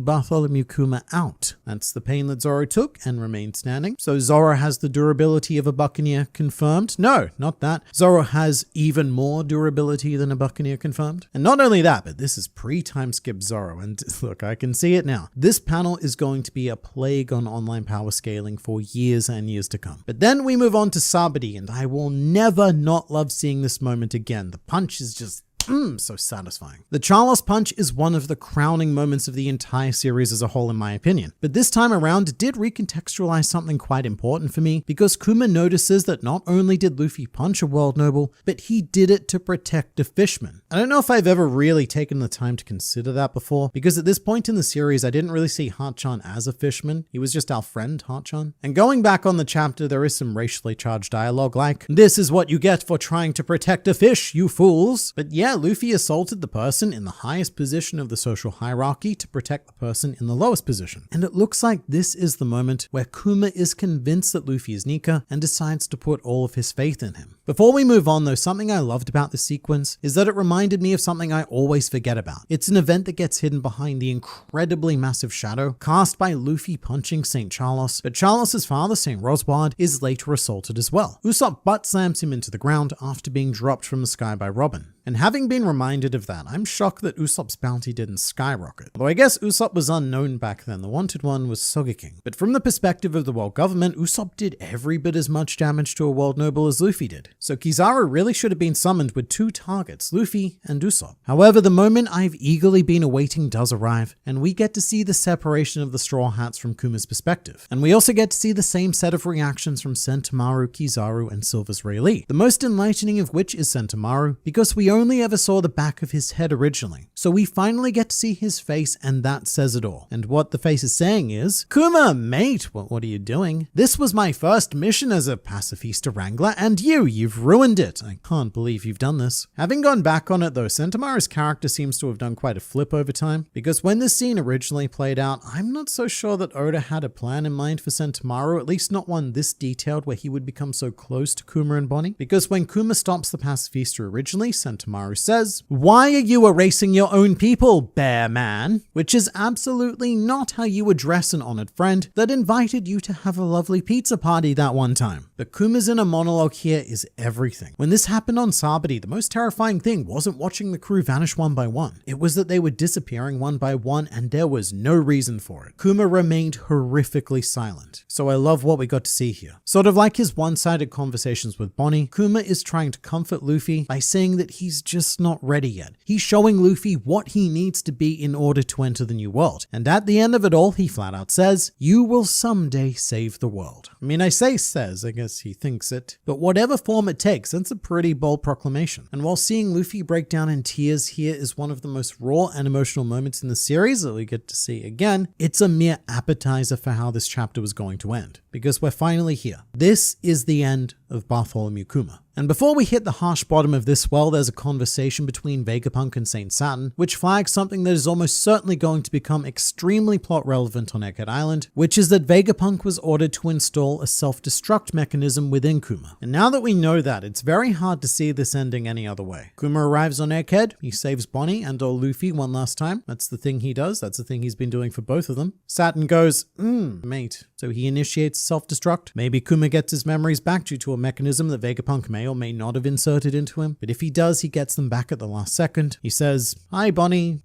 or something probably more emotional. And then bang, he's gone, this time both mind and body. Now, what I do like is that this is a very reasonable move from the perspective of Saint Saturn, who predicted that even without his memories, Kuma could go all rogue like he is right now, and it's just prudent to always have a trump card. And in my mind, that's why the Five Elders should be such overwhelming villains, because they're a culmination of mind, power, and influence. You can't overpower them, you can't outsmart them, and you cannot escape their influence. But this final scene might be the biggest gut punch that One Piece has ever assaulted me with, and I'm not okay with it. Because what we're witnessing here is a man being effectively executed, but also a man who isn't afraid of that. And in that way, it's oddly spiritual. So I'm not particularly religious myself, but I imagine that this is the sort of coming to terms that someone with 100% belief in the afterlife would experience. Kuma is more than happy to depart this world because he did everything he wanted to, which was cure Bonnie. And he also feels secure in the knowledge that Luffy will change the world so that no one will ever have to live the way that Kuma did again. And then we even have the classic trope of your life flashing before your eyes, which I think might be one of the most tragically beautiful pages in all of One Piece. Because we go from Kuma's parents to Ginny to Bonnie, but the thread that links everything is Kuma running at various stages of his life. And he's very purposely been drawn running in the trademark Nika pose. And it's such a perfect metaphor for his life. Kuma has always been running, struggling, traveling, and perpetually in pain. Other than a few brief moments, he was never allowed to just stop and enjoy life. From womb to tomb, everything about this man's life has been a struggle. And I think it's really lovely that the final panel of this montage is Kuma running away and vanishing into the distance, continuing his journey into the unknown. And just to show how much of a true saint that he really is, one of his very last thoughts is hoping that not too many people have been harmed or troubled by his actions. And it's just amazing. It's amazing how completely unaware that Kuma is of all of the good he's done on this planet. In the end, he is still so humble that he's like, oh, I hope my life made an impact in just a small way. And if that wasn't bad enough, Kuma's last words were to wish Bonnie a happy 10th birthday, which Oda decided to save right until the end of the chapter, and immediately after reading it, I shed a genuine tear. And it's very rare that One Piece can make me do that. There's a lot of tragic backstories and events in the series, but it takes something very special to do that to me. In fact, the last time I remember it happening was Going Merry's funeral. But at this point, I feel incredibly comfortable calling Bartholomew Kuma one of the best written characters in all of One Piece. And I know it's been such a long wait to get to him, but everything paid off more than I ever could have expected and in ways I never could have anticipated. And whilst this chapter has destroyed me, I am left with the reality that we still have yet to close the book completely on the life of Bartholomew Kuma. The true full stop to his story is about to play out on Egghead Island, and I don't know if any emotional moment can top what Oda did here, but I am preparing myself to be hit right in the feels one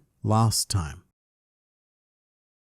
Oh no! This means Blackbeard's crew is going to show up and take the pawpaw fruit. You know, that's disturbingly possible. Even though all of Blackbeard's crew seem to have been fully fruited up, they're still hunting for magical fruit. I mean, Blackbeard jumped at the opportunity to get Bull Hancock's power. So I wonder if Blackbeard has a, how shall we say, dirtier way of doing what Vegapunk does with the Seraphim. By which I mean he can move devil fruit powers in and out of them through the green blood system, and with that, any Seraph can have any recorded fruit. Well, you know what, if Vegapunk felt like it, he could probably give all of the Seraphim the same fruit power at the same time. But because Blackbeard can cancel out fruit powers, and he himself can hold multiple abilities at the same time, then he might have a way of maneuvering abilities in and out of his crew members as well, which would make him a strategic nightmare to deal with. For whatever situation, he can just load out his crew with the perfect combination of abilities to deal with it. And if any one of them were to attain the Pawpaw fruit, then they would become almost impossible, if not outright impossible to defeat. To the best of my knowledge, Bartholomew Kuma has never lost a fight. And now that Kizaru has been fought to a draw by Luffy, Kuma might actually have the highest win rate of any top tier One Piece character. So it's a disturbing possibility for sure. I mean, there's no way that the Blackbeard pirates went to Egghead Island with that specific intention they could not have known. So they're definitely there lurking for other mysterious reasons. But you'd have to imagine at this point, right, that everywhere they go, they're carrying a sack of every known fruit in the world, just in case they stumble upon something interesting. Although their strategy could be even more sinister than that. They might not actually have the intention of setting foot on Egghead Island. They may have just heard of the upcoming conflict and decided to camp the island, waiting for some big hotshot devil fruit users to rock up, do a bit of a fight battle and die, and then have their abilities reincarnate aboard their ship. That's not the only possibility though, and some of you may have heard this before, because this is one of the oldest theories I can remember seeing about One Piece, which is that each devil fruit used by a Straw Hat crew member forms part of a number sequence. Luffy's devil fruit, Gomu, as we all know, can be read as 5 and 6 in Japanese, but Chopper's Hito can be read as 1 and 10, Robin's Hana as 8 and 7, and Brook's Yomi is 4 and 3. It's a genuinely fascinating, what I'm going to call coincidence, because I don't quite buy this myself, but for the longest time, this has been used to try and predict the next Straw Hat crew member. The idea that it's going to be someone with a devil fruit, and that fruit fills in the 2 missing numbers of the system, which are 2 and 9, which just so happens to perfectly fit one Bartholomew Kuma, who has the Nikyu no Mi, with the word Nikyu being able to be read as 2 and 9, Nikyu. So for as long as Brook has been a Straw Hat, people have been offering this up as a potential solution based on number theory alone. No evidence, no real evidence, just the number thing. But the reason why I bring that up is because when Kuma does die, that fruit, well, it's got to go somewhere, and the Thousand Sunny just so happens to have a tangerine plantation. So it's very possible that the fruit could reincarnate aboard the ship. As for where it would go from there, I don't know. Bonnie can't inherit it, she already has powers. And a lot of people seem to think it would be a good idea to give it to Frankie, but Frankie himself would disagree with that. Frankie was already offered Ace's devil fruit on Dressrosa, and he declined it because he'd rather be able to swim. Will Saturn's own self-destruct feature he had put in Kuma be his own downfall? Find out on the next episode of Fictional Pirates. I'm not opposed to this idea at all, and for the last few months there's been a lot of conversations online about the possibility of Kuma killing Saint Saturn. The general idea being that he's going to compress all of the pain that he's taken over the last couple of years and use it to shove it right in Saint Saturn's face and the rest of his body and destroy him. But I think those ideas are more bloodthirsty projections of the fanbase wanting Saturn to suffer, and that's fair, but I just don't see that being the Kuma thing to do. However, what I can 100% see happening is Saturn dooming himself by activating the self-destruct mechanism and getting caught up in the explosion due to a series of fatesome events. It's very appropriate because Kuma is not the one killing Saturn. Saturn here would be being brought down by his own hubris. But regardless of that, it would lead to all of the blame being put on Luffy. The Egghead Island incident, which may involve the death of an Elder Star and the destruction of the island and the kidnapping of Vegapunk, would be attributed to Luffy and potentially make him an even more wanted criminal than Dragon. And what I also like about that is that it may, for the first time in centuries, make the world government truly vulnerable. Right now, they've got a pretty sweet system of governance set up with each of the 5 guy people acting as supreme overlords of integral aspects of life. But if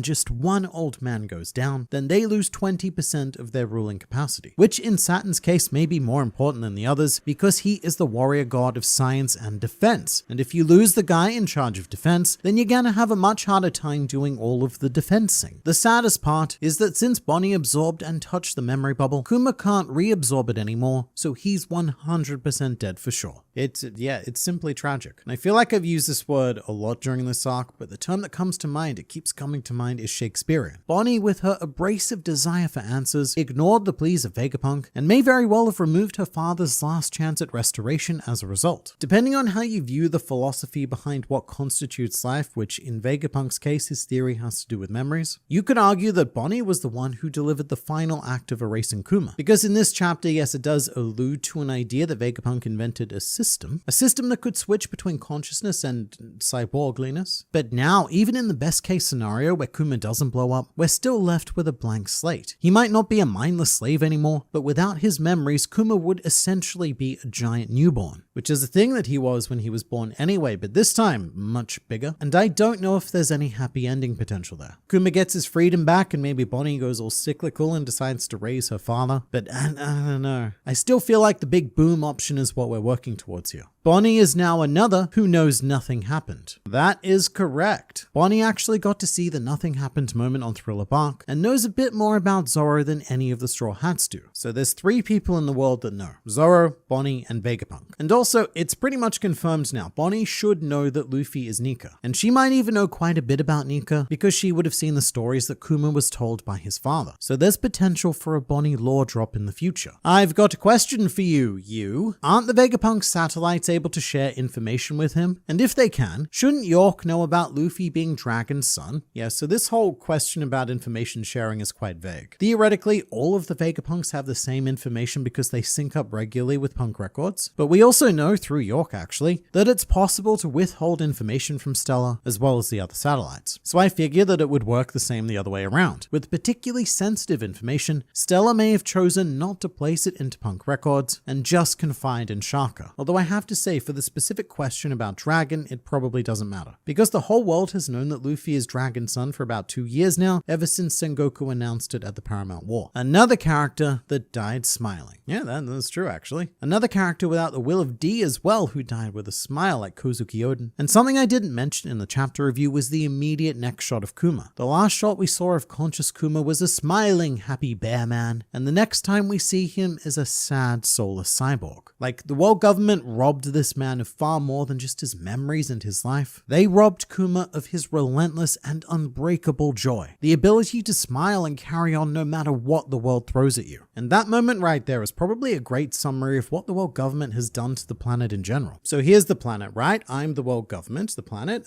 happy, happy joy. But me, world government, I don't like that. I don't like any of this. So what we need to do is choke and suck all of the joy out of this until nothing remains. I think all of us cried with this chapter. So at this point, I've gone back and reread the chapter a few times, and mate, that last panel never gets easier. Nor does the whole page of Kuma running. And this is the sort of scene that is such a gift to the anime. These are the kind of moments where with the right choice in music and the right vocal performance, they can hit so much harder and even surpass the manga. It's quite funny because in the past, Oda has commented on just how unfair the anime is because they get to use music and how much that's able to enhance his scenes. This actually kind of reminds me of the pudding scene from Whole Cake Island, the one where she's taking Sanji's memories, because I have a lot of problems with the Whole Cake Island era of the anime, but to their credit, the way they adapted that, particularly with the musical choice, was magnificent. So I really do dread seeing this Kuma scene animated because it is going to destroy me all over again and probably worse. Also, one last beautifully subtle thing, and this was pointed out to me by Fool-ish in the comments, it's Fool_ish, but during Kuma's running, there's a lovely moment where he thinks of Ginny and stumbles, but then he thinks of Bonnie and picks himself back up, running taller and prouder than ever. Just curious, where would you rank the Kuma flashback?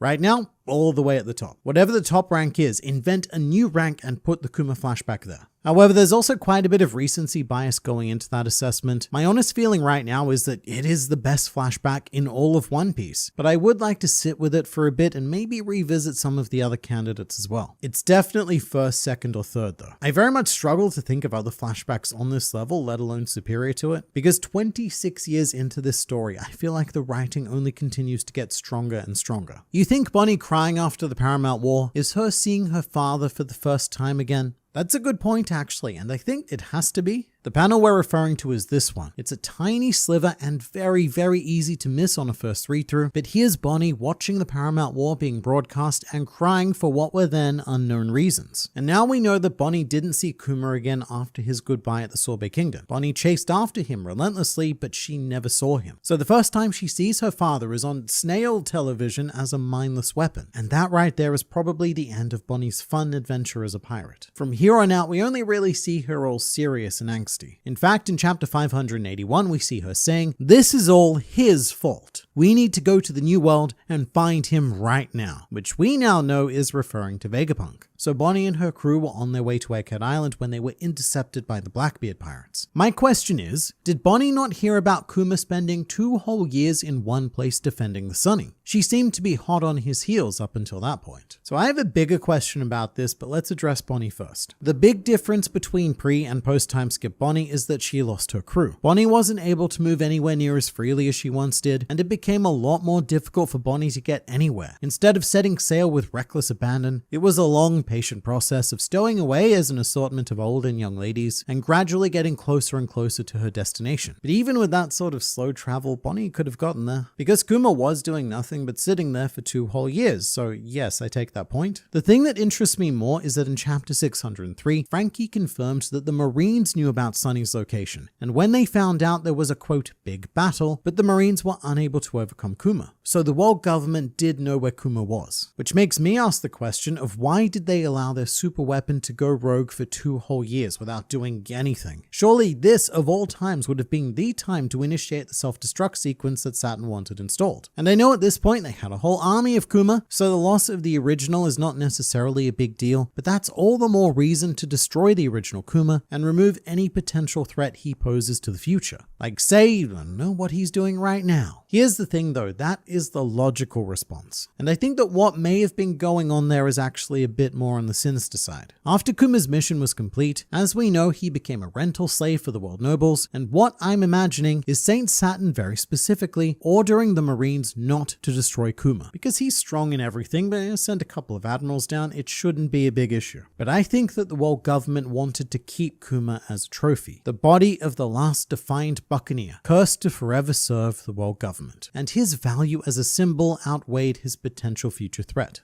There is actually one plot hole in this chapter. When Kuma saw Bonnie eating, why did he not grab her and run away? So I think the term plot hole is a very strong and very overused term. It's definitely not a plot hole. It is a question you could ask. And I guess you could make the argument that, yeah, it's an opportunity to be with his daughter, just grab Bonnie and just pop away. She was cured, so I guess they could just keep teleporting away indefinitely. But doing so is also incredibly risky. Because as a pirate, yes, Bonnie had already taken a stand against the world government and is liable to be punished under their system, but the difference is that she wouldn't be vindictively punished. Whereas if Kuma goes back on his deal, then Saturn is going to go out of his way to make sure that Bonnie is enslaved and suffers in even more excruciating ways than Kuma did. But as a pirate, the worst that's going to happen is that she gets imprisoned, maybe executed, but even then, execution is a better outcome than whatever the world nobles would have done to her if Kuma broke his part of the agreement. There's also something that I didn't notice at first about this scene, a great full circle moment, because Bonnie eating in the restaurant is the first time that we, the reader, see her, but as it turns out, this introduction is the last time that Kuma sees her. So it's both an introduction and a farewell, and it's criminal just how perfectly all of this came together. Another fun little detail is that the customers that notice Kuma's massive head staring inside are the same ones that you can see if you go back to Bonnie's introduction in chapter 498, where both of them are sitting there staring at Bonnie in disbelief at how much she is eating. I'm excited for Bonnie to get to hear the actual drums of liberation next chapter. You'll definitely be hearing them pretty soon. But just on the next chapter, this is the time of year where One Piece gets a little bit confusing. So what happens is Weekly Shonen Jump takes a 2-week break for Christmas and New Year. However, that doesn't affect the scanlations that show up online. The reason for that is that before the break, all of the magazines are printed and distributed so that they're ready to be sold immediately after the break. But that means that because the chapters physically exist, the pages are taken, scanned, translated, and put up online. Which is what happens anyway, but in this particular case at this time of year, it happens very, very early. Basically, what it means is that if you're an official only reader, then One Piece is now on break for 2 weeks. The next chapter, chapter 1103, will be live around the 7th to 8th of January. Meanwhile, if you're a scan reader, then there will be a new chapter next week, right before New Year, and then that will be followed by a 2-week break for you, with chapter 1104 making its way onto the internet around January 16th. Either way, both sides get a 2-week break. It's a staggered break. The official go on break first, and then the scan readers follow. It's a weird time of year. But no matter what, I think we can all agree that 2023 has been a spectacular year for One Piece, and I cannot wait to see what 2024 brings us.